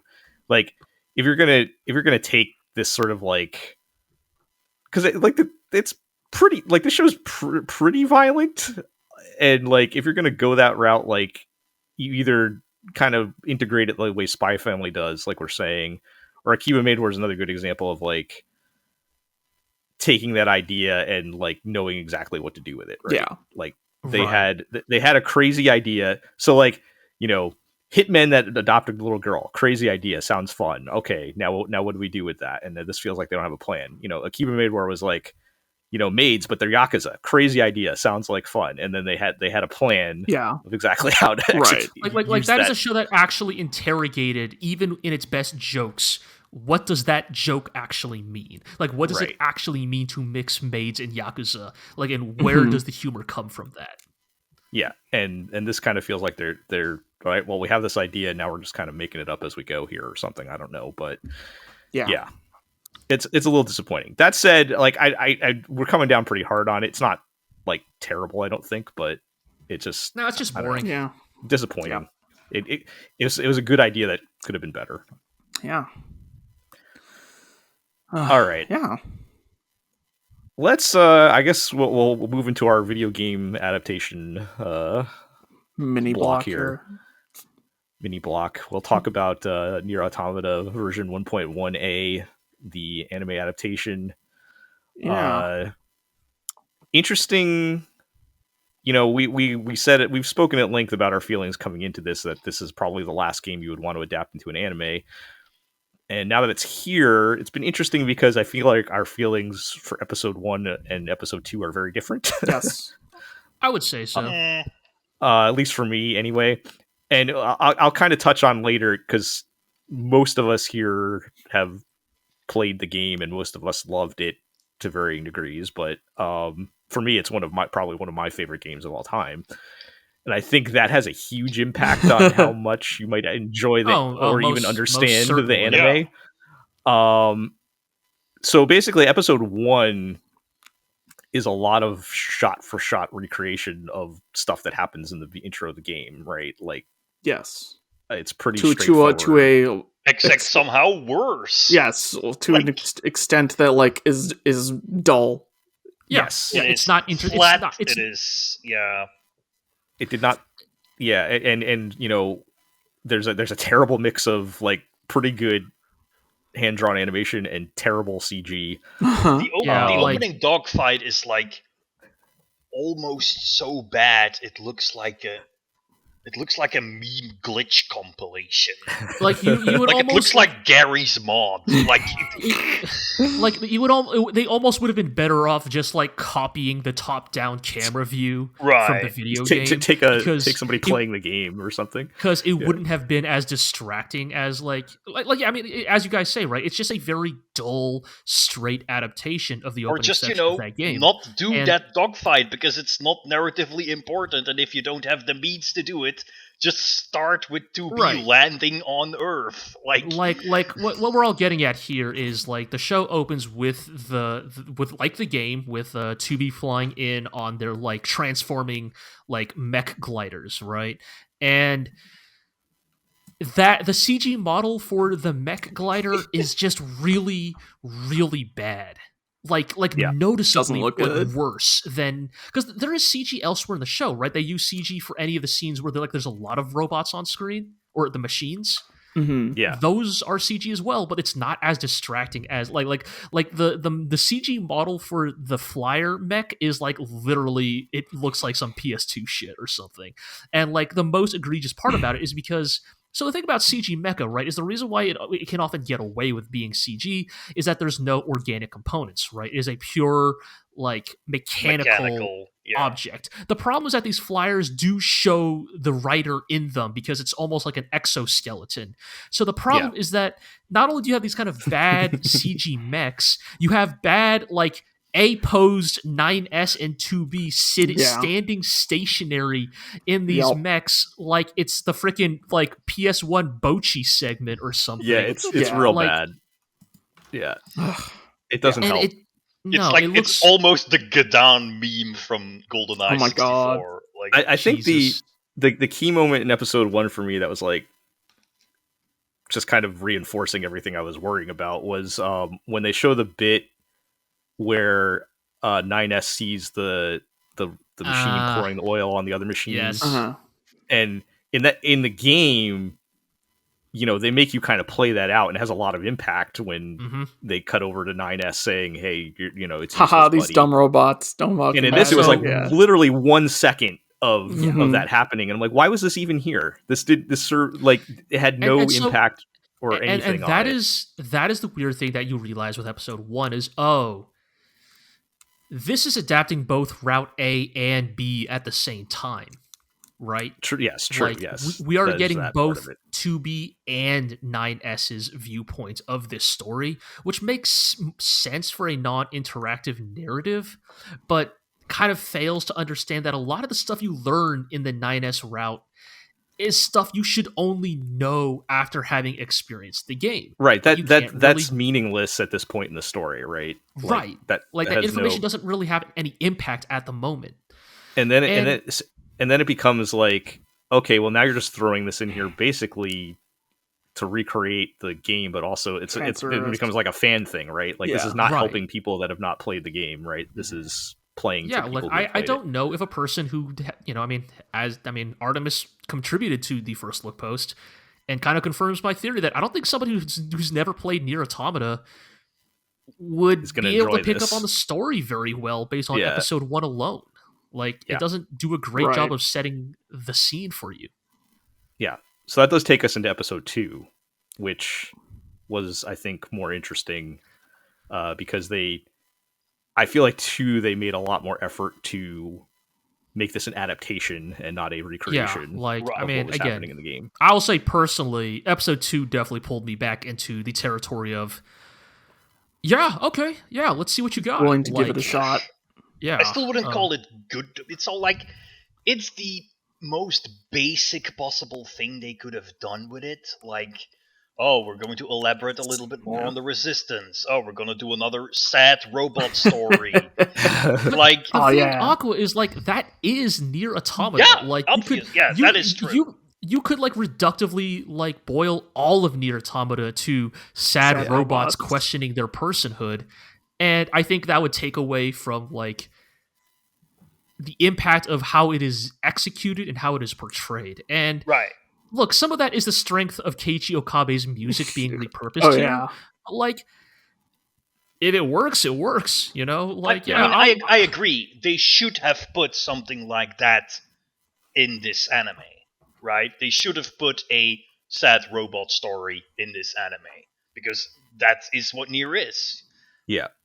But I think it's sort of like, to me, it seems both.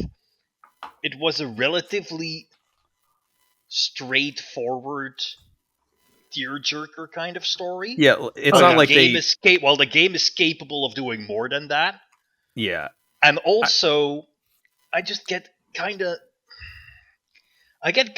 because the NieR franchise has been rewritten, expanded upon so many times. There's the plays, there's a book, there's the whole Final Fantasy XIV thing, and now it seems like they're once again going to try something different. And I'm like, can you please just let it be? Tell the story you want to tell. Yeah. Nah, I'm gonna be honest. I completely disagree. I think if you're going to go out of your way to make a NieR Automata anime, this is the stuff I need to see from it to justify its existence. Like, I understand that. You should change the story so that it is an anime and not a video game. I'm just hoping they're not going to change fundamental things about it. Like the whole thing with this what's her name? Lily character? Yeah. This just feels like Marie in Persona 4 Golden. Like, Well, it's the game you know, except now she is here too. Well, like, she's sort of taking the role of a character who was in the game, but who had a different name, right? Who's also named after a flower. Anemone, yeah, I guess.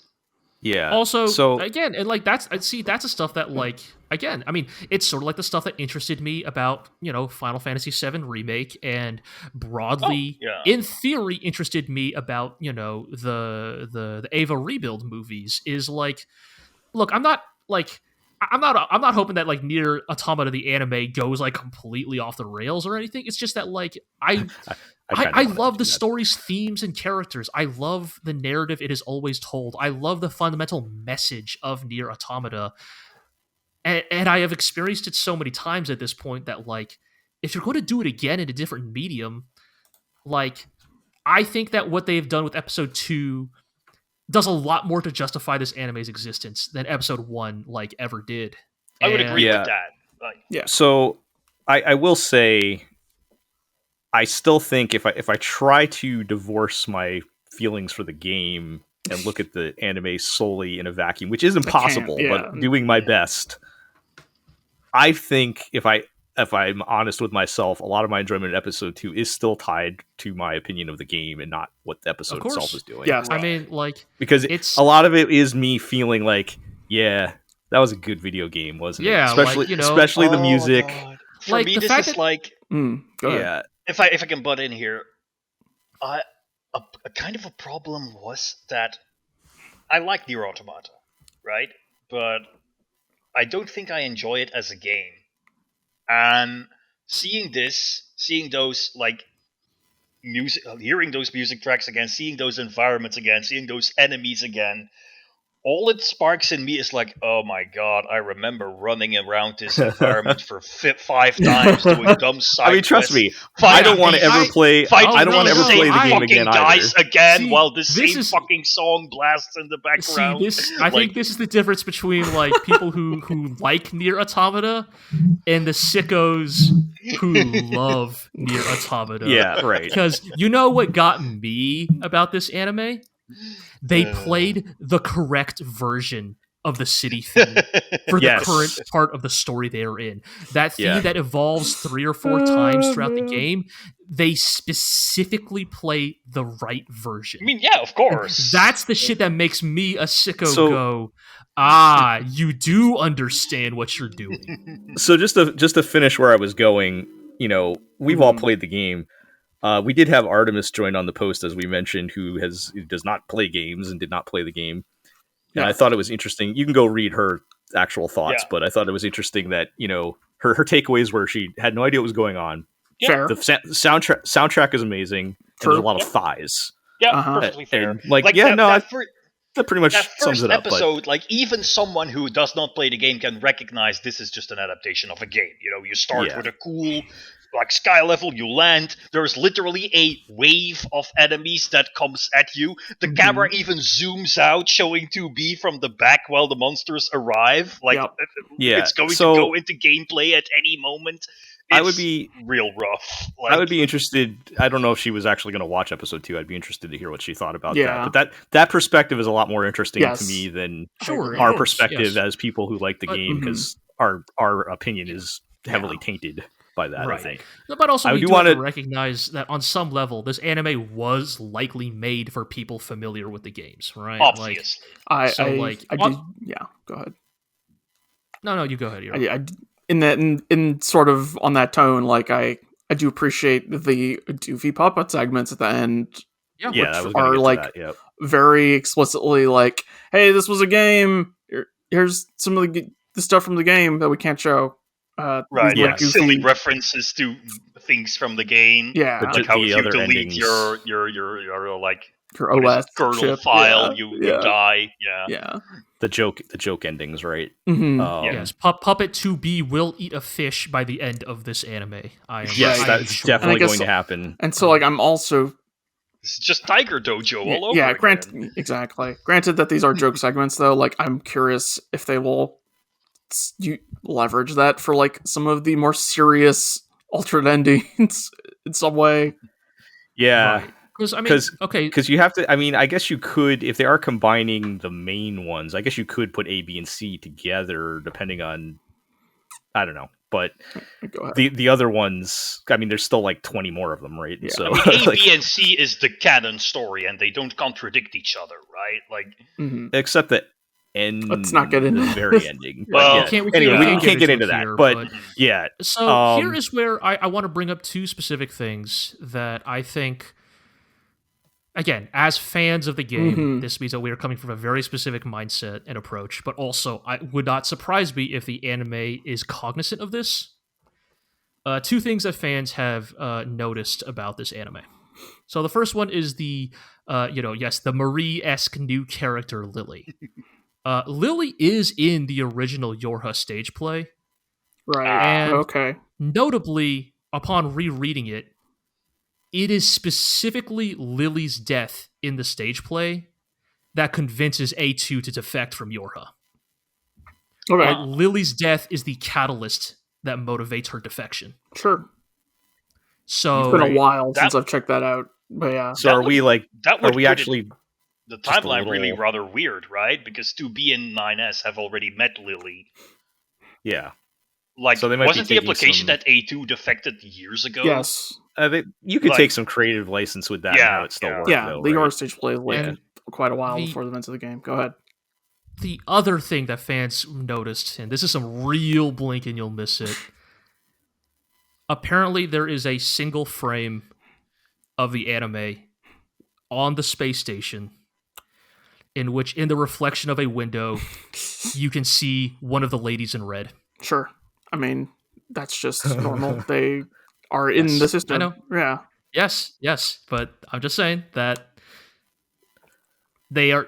This anime feels like on some level they understand the work they are dealing with here. Sorta, yeah. Episode 1 was not encouraging, Right. but it seems like there are at least aspects of this production that show So that, too, like, as some even if more Yoko stuff, Taro, yeah.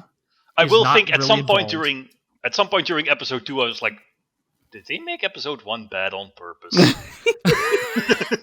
I don't think I would do. go I with do that feel like far, there's certain but- like episode 1 has. I think there's certain like almost like a marketing angle to that. In Yeah. episode 1 where we gotta make it look like the game so that people are like, oh, I remember that part. I should watch the anime. It's right? just funny though, because ironically, I think for game fans, if Mm. episode 2 had been episode 1, Be like way more. I think up high people on would have it, been yeah. way more sold on this thing. Yes, but then they would have had episode 1 as episode 2, and everyone would have been like, oh, so True. this is what it's gonna be, huh? Like, True. Yeah. Yeah. All right. Well, They also did have the one quick reference to Dragon Guard 1 in there. I thought that was funny. There is also, yes, a Dragon Guard reference in there. Yes. I will say, we all know why this anime was made, right? I mean, yes, it's to make money. Yoko Taro. No, this is now Square no. Enix's cash cow. Well, no, Yoko Taro went to a con and was like, "Hey, there are no more 2B cosplayers. Mhm. What the hell is up? We Of need to course. make an Yeah. anime so people will Of course. cosplay 2B again." Yes, got to Of course. reignite interest in the character. Naturally. Yeah. All I mean, right. he did explicitly tell the character designer to make a character that would be fun to cosplay. Oh, they all do that now. Well, it's not special. Yeah. All right. Let's keep moving to our other video game here. Yeah. I sometimes forget, Trailers. Aqua, that you have actually played the Trails Trails of Cold Cold Steel Steel. Yes. series. Well, I have played 1 and 2, which is convenient because this show is set right between 2 and 3. Okay. So Okay. there's a little How many time are skip. there? There's 4 Trails of Cold Steel, Okay. but there's also like a 5th one Uh-huh. that is called Trails into Reverie, Oh, yeah? which is like a capstone to like the 3 Trails series that Also, have you gone know, before. as the Like- Trails fans will tell you, if you're a real Trails fan, You start you'll with, also have Dragon played all of- Slayer.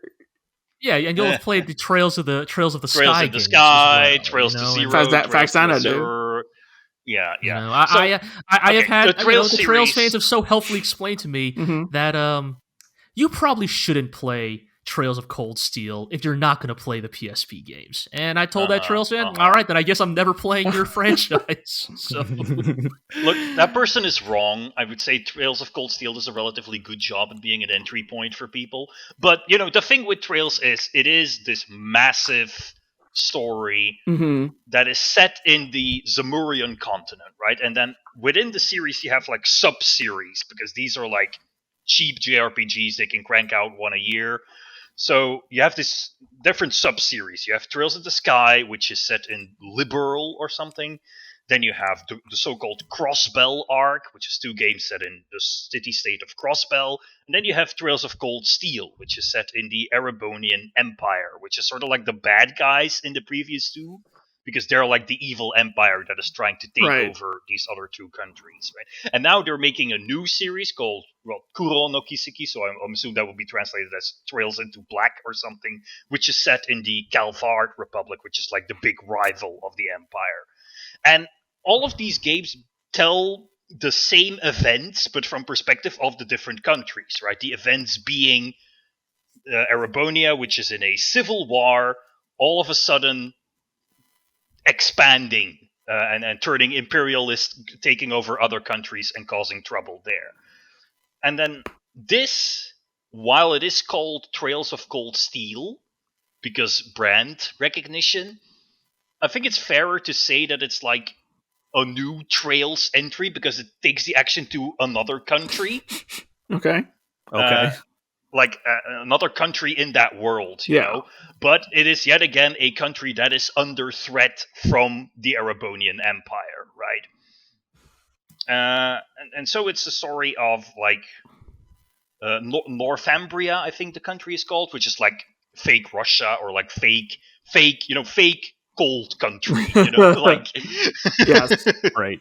they're like a crappy little country that once became independent because of a revolution that was stoked on by a number of revolutionary heroes, but is now kind of in trouble because all of these revolutionary heroes are dying of old age, and they sort of have no one to replace them. In fact, they're such a powerless country, they don't have an army of their own. They hire mercenaries as their army to protect them from invaders. So And this is where our- historically, this has always worked out well. It Right. has always worked to Yeah. hire mercenaries to be your standing military. Yeah. This And has is this worked where out the, for every fresh- nation that has ever done this. Yeah. is this where the fresh-faced anime kids come in now? There's the new blood. Kind of like there's like the main character whose grandfather was one of the revolutionary heroes who's now course. joining up because her grandfather actually has the reputation of being the fallen hero, like the one who did great things but afterwards betrayed or abandoned his country in some way. She wants to save his reputation by joining up with the mercenaries. So the people in Northumbria see what happens at the end of Trails of Cold Steel 2, which is Erebonia invades the independent city-state of Crossbell. I don't know how you're remembering all these countries. But... Yeah, dude, I'm actually like these games are very long, okay, yes. and I've played them, so you do remember. Are you sure you wouldn't be interested in perhaps checking out That's not a certain legendary 1988 science fiction? We gotta keep this right. Yeah, we gotta keep this moving. We gotta keep this moving. Right. So they realize that there's a threat underway. And that's basically where the story starts. And what you get is basically standard Trails affair, which is really solid world building, like political maneuvering, intrigue, but all the characters are like the dumbest, flattest anime cliches possible. Oh boy. Like, so you have like... So Fire Emblem. Kind of, yeah, kind of. but in more modern setting. Right. But like the world building is interesting because unlike other fantasy JRPG kind of stories, this is like trying to emulate like 1940s, 50s-ish right. style. Yeah, it's more like Chronicles. it's 20th century. It's more advanced than so. Valkyria Chronicles. Mm-hmm. Like they have things like radio, television. Sure. Yeah. But they don't have like, interstellar travel or anything. It's not like it's not like full-on sci-fi like later Final Fantasy games are. Like, I guess it is like an alternate modern day. I guess my question regarding this show is that, like, specifically you as somebody who has played the games and like has context for the premise of this show, regarding, I suppose, the meta plot of things, is this like actually quite relevant, or is this more of a like, and here's what was going on over here as a new thing? I think this is here's what is going on in Northumbria, because as far as I know, they go to Northumbria in like Trails of Cold Steel 4, which is like after these events. So this is literally like a prequel of like how, what happened when Erebonia and Northumbria went to war. This is like more deeply connected to one of the later games that you have not yet played. Yes. I see. Yes. Okay. But that's like, and the thing is, like, this is completely unwatchable if you haven't played it. All right, yeah, I watched the first episode, and now it's just like, yeah. All right, guys, you're saying a lot of things that I'm sure are actually true. And in episode 2, it gets even worse, because in episode 2, characters from Trails of Cold Steel start to show up. Sure. And, like... right, yeah. And, like, the thing is, what I find interesting here is that I watched this, having played 2 of the now 12 games in this series. Yeah. And like every single time there's something I recognize, I'm like, hey, that thing I recognize. Yes. Or that's this monster, or that character, or they're referencing this thing. Right.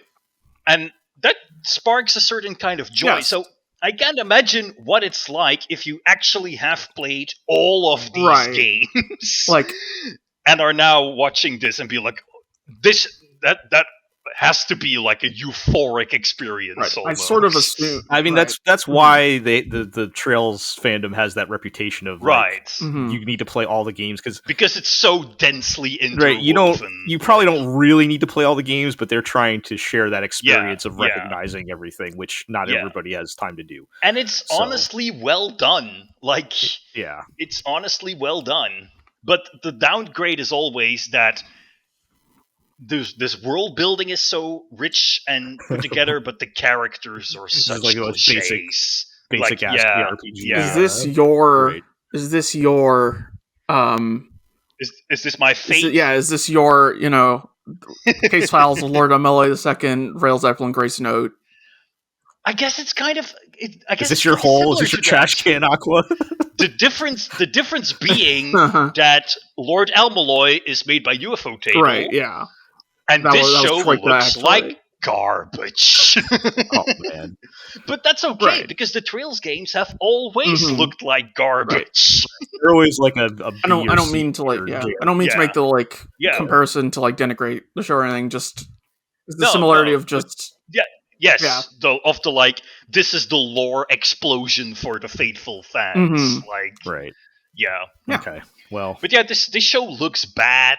Like all of like the character designs are weirdly off. hmm The CGI is terrible because like there's tanks and mechs and cars and all kinds of stuff that it's all CG'd. Like I said earlier when we were talking privately, there is a truck scene in episode 2 where the main characters like try to stop a runaway truck that is going to run over an orphanage or Oh something. I no, don't someone's know. gonna get And sent to it Earth. is- the truck is like on par with the infamous quality van from like the meme. That's Yeah. how bad it is.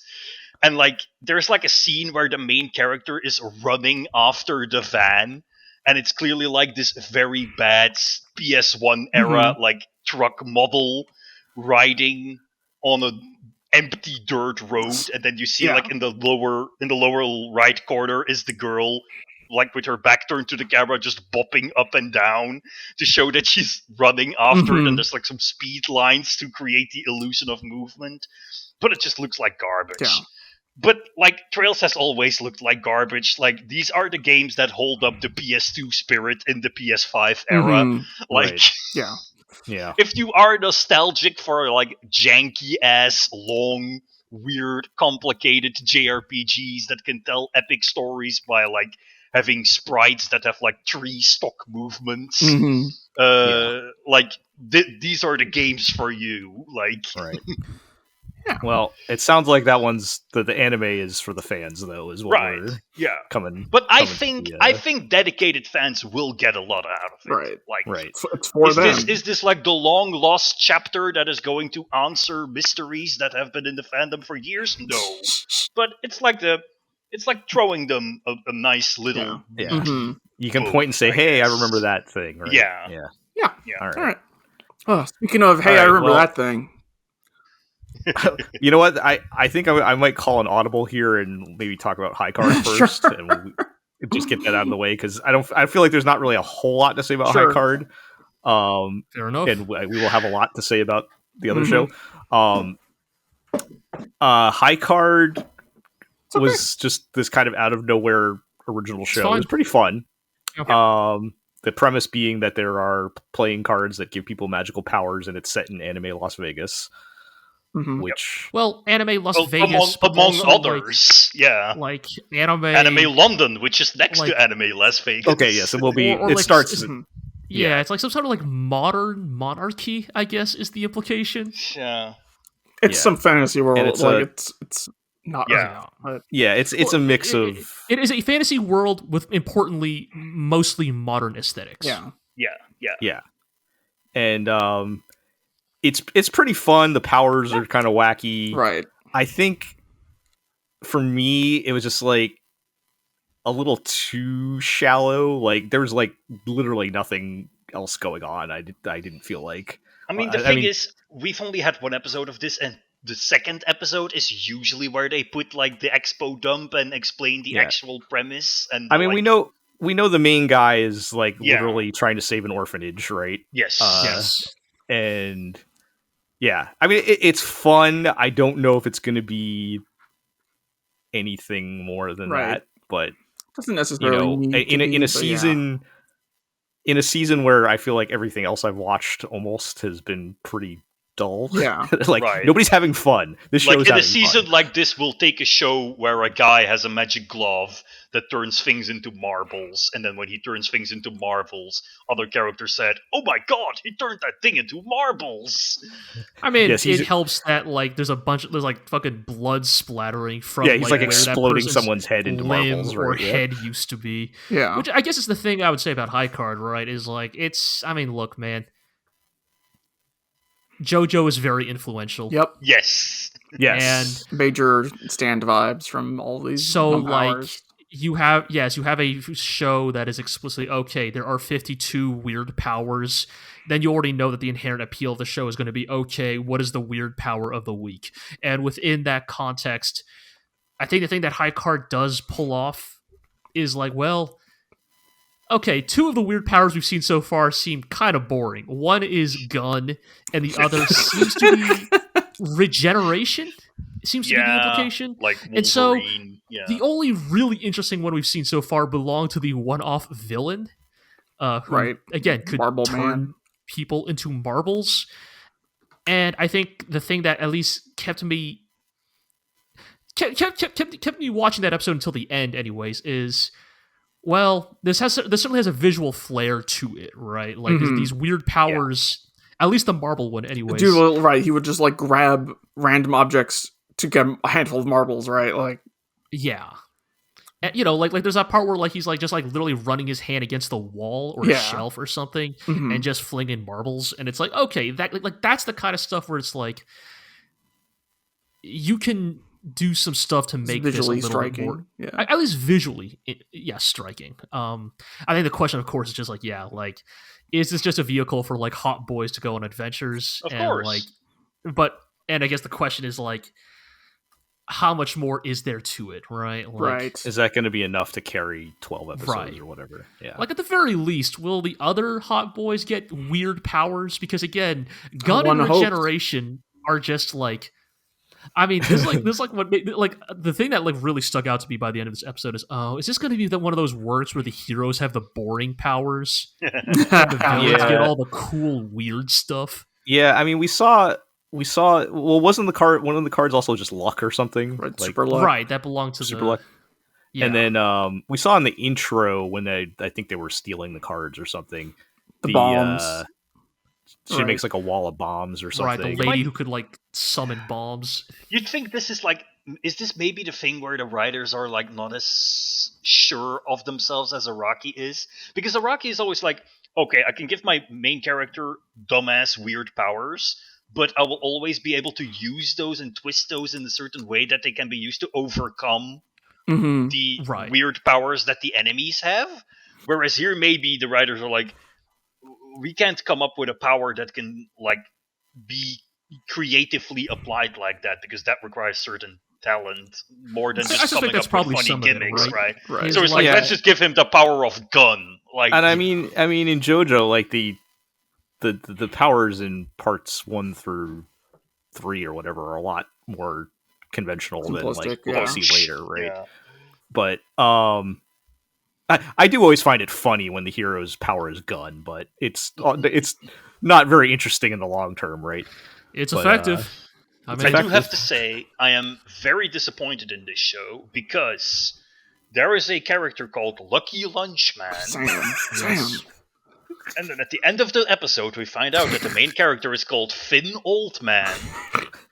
So I'm like, is every character in this show going to be called something noun man? Oh, and it's if only. not Death Stranding all over again. Sam, the high card is the king. Well, I'll keep watching it for a bit and see how it goes. It's fun. So in this season, sure. Yeah, sure. Other seasons, maybe One in not, another episode or two. Why the heck not? Yeah. Give it a shot. All right. Let's finish up talking about Trigun Stampede. Mm-hmm. Highest profile show this season? Question mark. Probably. What was that, Iro? Highest profile show this season? Potentially. Or is there like a new season of some Shonen Jump show we're not watching? Right. I mean, the reality is like maybe it's the highest profile show for like people born in the 90s. Like a certain demographic. Yes. Yeah. Well, anyway, this is, I think we're calling it a reimagining of that is a fair reboot. Yes. Trigun fair adjectives to apply.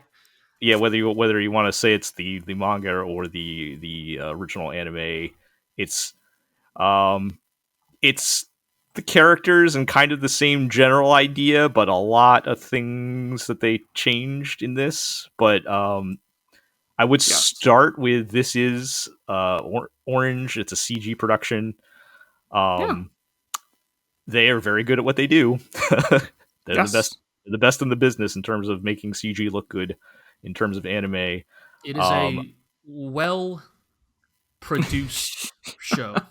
Yeah, and I think if there were no other context or baggage to Trigun, and this was just the show I was watching, and I didn't even really watch Trigun. I know a couple things. I've seen a couple episodes, but even I was like, wow, they're going this way, huh? But I think if you took the context out, it was pretty good. If you are familiar with Trigun, right, there are some controversial changes, to say the least. If this show had been called like By Gun, maybe I would be like, "Yo, actually, this is like the hottest show of the season." Damn. Yeah. But they called it Trigun. This is the tricky part with adaptations, because if you just remake the thing, like we were saying in NieR, like what's the point? Read my whole post about adaptations. Yes, yes. For his year-end post, wrote a very good post about the tricky things with adaptations. But like, how far do you go with, you don't want to just recreate the thing, but if you change it too much, are you losing the, the spirit or the strengths of the original work? I think, like, I mean, I don't know. Do you want me to am I allowed to just get into it now, or let's just get into. Sure. I don't know. No, or I think what Eero's getting at. Should we let Eero start as the person who is not familiar with the source material? Right. Okay. I mean, I watched the old anime, a long time ago, and I was like, yeah, it was fun. It was good. I had a good time. And did not read the manga. I knew that the manga is a long runner. It's like a seminal work, but I never bothered to sit down and read it. And so, like, my perspective of this is sort of like, oh yeah, it's Trigun. It's different. It's different. And I'm curious to see where they go with it. All right, like, I don't have a lot of investment in Trigun as a series, right? Like, a lot of people my age call like one of their favorites and such, and I do not have that. I'm just like, oh yeah, it's Trigun. It's desert western. It looks different,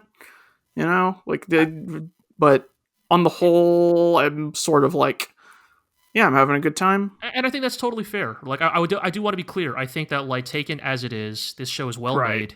It's the characters are very expressive, which is very nice for a CG production. Mm-hmm. I know I just keep saying it's well made. It's because I can't bring myself to say I like the characters or story, but it is well made. It is a likable show. Okay, that's what I can do. Okay, it is a likable show. The characters are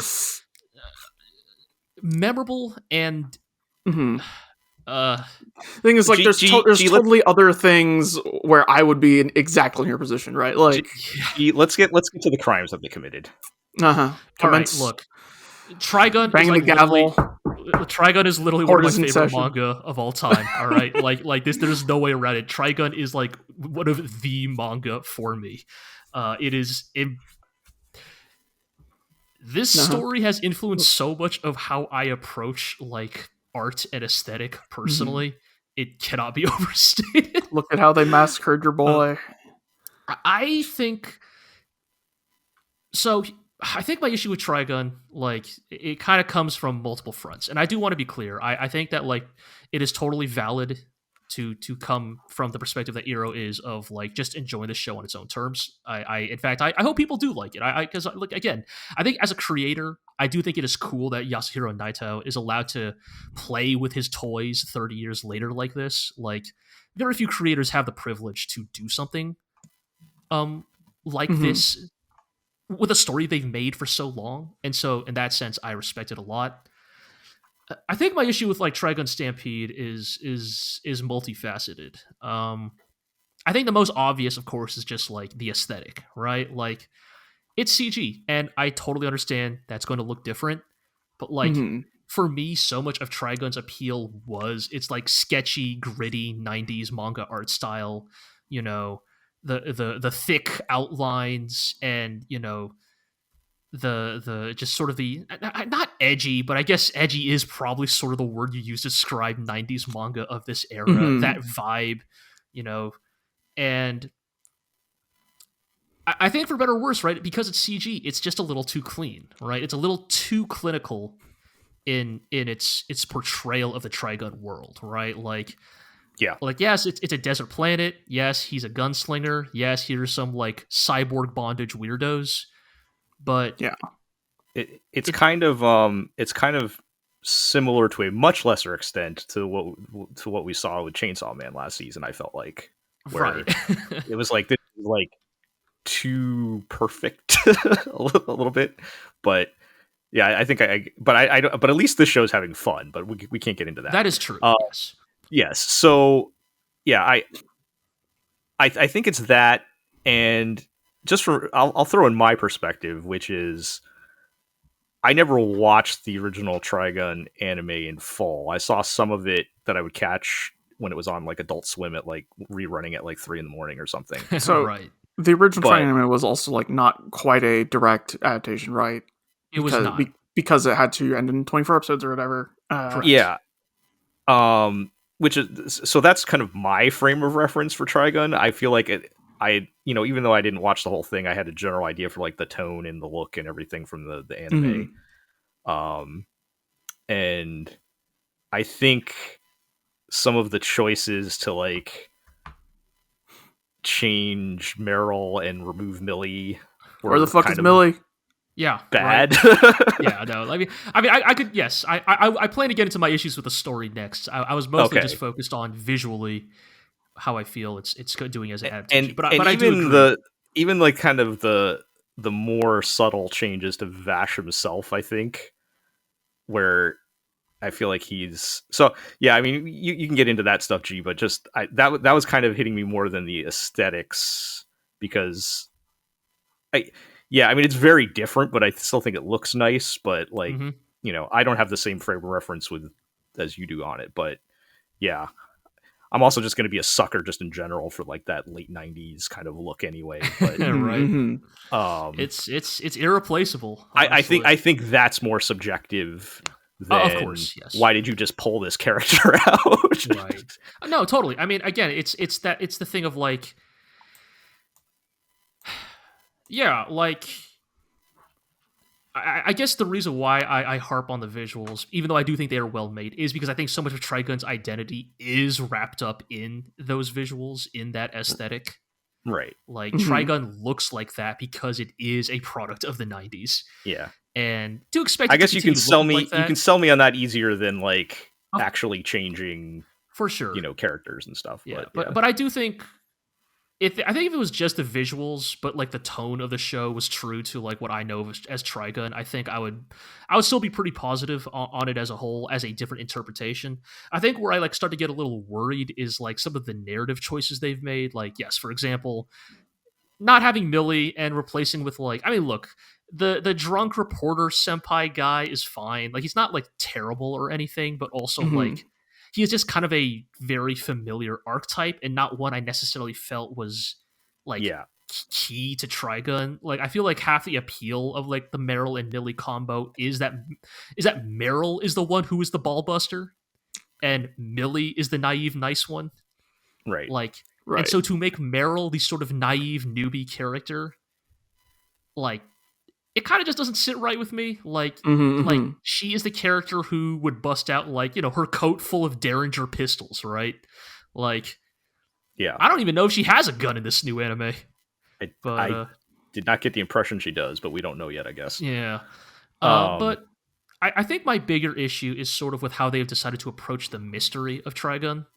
Like, look, believe me, I'm not out here to be like, to make some claim that, oh, actually Trigun has this like really, deep, nuanced story. That's not what I'm about to get into here. But I think a lot of Trigun's appeal is sort of the way it's slowly doled out the mystery of the setting.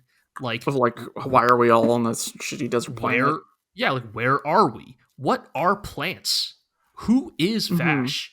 Who is Knives? Like what is the July incident?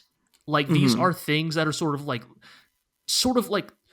core to the narrative of the original. Yeah, and drip fed to you as like, as sort of bait, as a trail of crumbs to follow along the like wackadoo like gunslinging adventures, right? Is like, on one hand, yeah, like Vash is like, oh, he doesn't want to like get in trouble and he's trying to like get away from these guys shooting him, but also someone says the word knives and suddenly the next panel Serious is Vash time, looking yeah. more serious than he has ever looked in the story. Right. Yeah. And Like, then this show is almost like operating on assuming you know all that already, and so just kind Right. of dumps it all at the puts beginning. it all out there, right? Yeah. That, like, this is Knives. He's Vash's brother. This is the planet No Man's Land / Gunsmoke. They came from these siege ships. This is who Rem is. Like, there's all this stuff that, like, I guess it just, I feel like I liked it a lot. And this, yeah, again, right? Different work, different pacing, different approach, of course. But it's just like so much of that stuff is what I liked about the original Trigun that gave it its like gritty, dusty, melancholic feel amidst the like high energy action of it. Is Right. like, who is this man? Like, why is his bounty so high? Why are people after him? Like, why do so many people want him dead?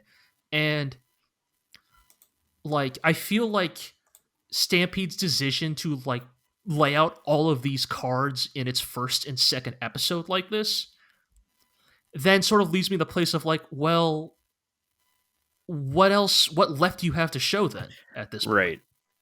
And I guess it is like, I guess you make a decision of this is a thing that came out 30 years ago or whatever that's already out there, but I don't know. It's like if I feel like if you were trying to remake things and target people who haven't seen any of the original works, it would make sense to stick with the original plan. But right, it's like what is left for the like narrative progression of this show if we just know that Vash is going to fight Knives at the end because Knives is right here. Right. Right. And there's not really a whole lot of mystery to Vash himself at this point. I think that's part of what she was saying. Right? Oh, yeah, like, that's a really good point. Yeah, that I hadn't necessarily considered. Right. Right. I mean, again, I know I'm trying to. I know I'm sounding like that guy who's like, actually, this Weekly Shonen Jump manga is really deep if you think about it. Like, I know I'm sounding like that guy. Like, but I also do think that like I do want to push back slightly against the like casting of Trigun as pure action pulp. Like, it is that a lot. It is a lot of that. I will never deny that is true. There's a lot of like interrogating Vash's philosophy. Right. Like he is a pacifist. Why is he a pacifist? And how far will the world push him? Like, will push against those ideals, right? And it's like that's the kind of stuff that like I remember the big moments. I remember the fights and the action, of course. But like the things that really stick with me about Trigun years later is like, it's stuff that I hope this new anime will do as well, of like when Wolfwood like angrily, hatefully interrogates Vash's philosophy. Like, it's the stuff like that I think is what gave Trigun a surprising amount of weight to its like action pulp adventures. And yeah, I guess what I'm saying is I really do hope that Stampede does get into that stuff, and I hope it does it well, because I think a lot of that stuff is just as core to Trigun's identity as the gunslinging. And yeah, so, just to be clear, like when you're I mean, obviously you're a fan of the previous work, so we were talking about the manga and the anime and everything, or specifically the manga, or what are we? I would actually primarily say the manga. Like, okay. The anime is how I was exposed to Trigun, but I'll be totally honest, I kind of see the original Trigun as also a quaint interpretation of the story. Yeah. Like, it is interesting. It's very compressed, right? And you can see a lot of the themes in the manga in the first anime. But for me, it's kind of like, if I remember, the anime is like really goofy though, right? Like it sort of has all the goofy stuff like front loaded, and then gets gets all serious at the end. Very, like I said, I've only seen bits and pieces of it, so like, yeah. And I think the reason why I like the manga the most of these three interpretations is because I think the manga is the one that sort of evenly doles out the balance of Trigun's tone the best. Like Yeah. like like the Trigun manga knows how to deal in both pathos and comedy, in what I would say is a more balanced measure than either of its adaptations. Yeah, I feel like if the the first anime is kind of more goofy or whatever, this one feels like it's setting up some kind of like big grand adventure or something, and I don't know if that's necessarily the right way to go either, but I don't know. Yeah. It's kind of got like this big, almost. I feel like we're overusing the term cinematic, but like, I mean, opening and ending This- are real Look. Western Prestige television looking. I Yeah. wasn't gonna say it because I don't want to like color this adaptation like this, even though it gives me ammunition. Whoa. But you said cinematic, so I will now say that there is an interview with like the production staff of Trigun oh, here we go Stampede, again. Oh where no. they directly cited the MCU as a big Oh influence man. Yeah, on I how could they see want it. to adapt Trigun Stampede. I could see it. Yep, I So- definitely felt that. Definitely, modern media is weighing in the minds of the production staff of Stampede. Mm. I mean, even just going back to how they changed Meryl and stuff like that, that all seems to fit. Like, Yeah. it's The Yeah.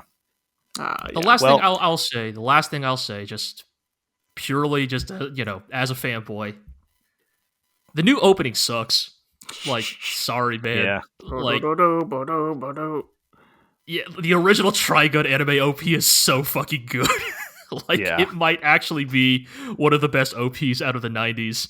And the new OP is, I think, as Iro and I have started to term it, it is the most prestige television. Right. Like- yes, Swirling like, face that mean nothing. Yeah. Yeah. Streaming intro that I think we've seen in a Absolutely. bit.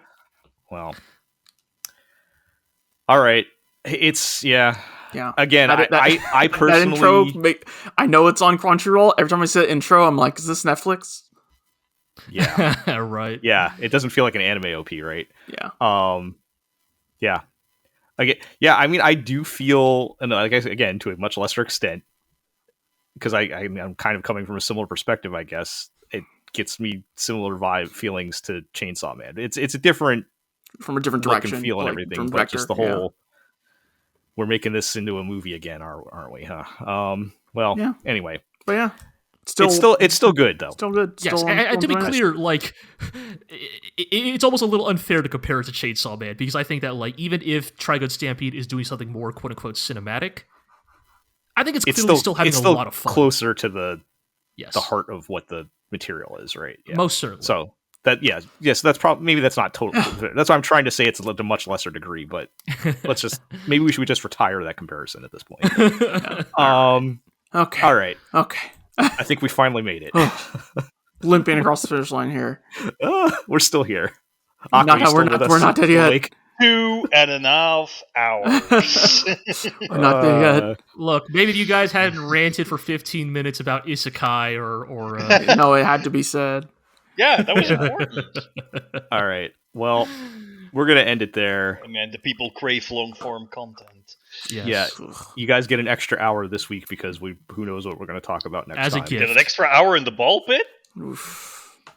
Actually, I do get that joke. No, let's move on. Sadly, Aqua. All right.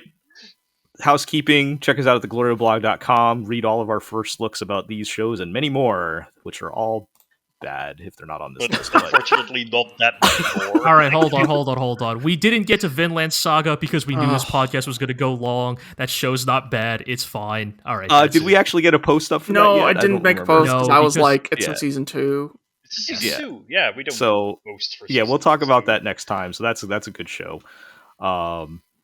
And you can still follow us on Twitter at the Glorio blog, on co-host at Glorio.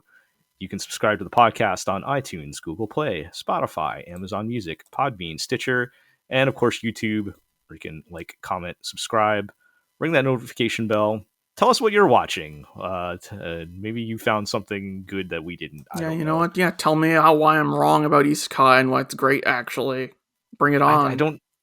I feel like the listeners that we have at this point would not. You're probably right, disagree but with like that. those people are absolutely out there. I've seen them. Yeah.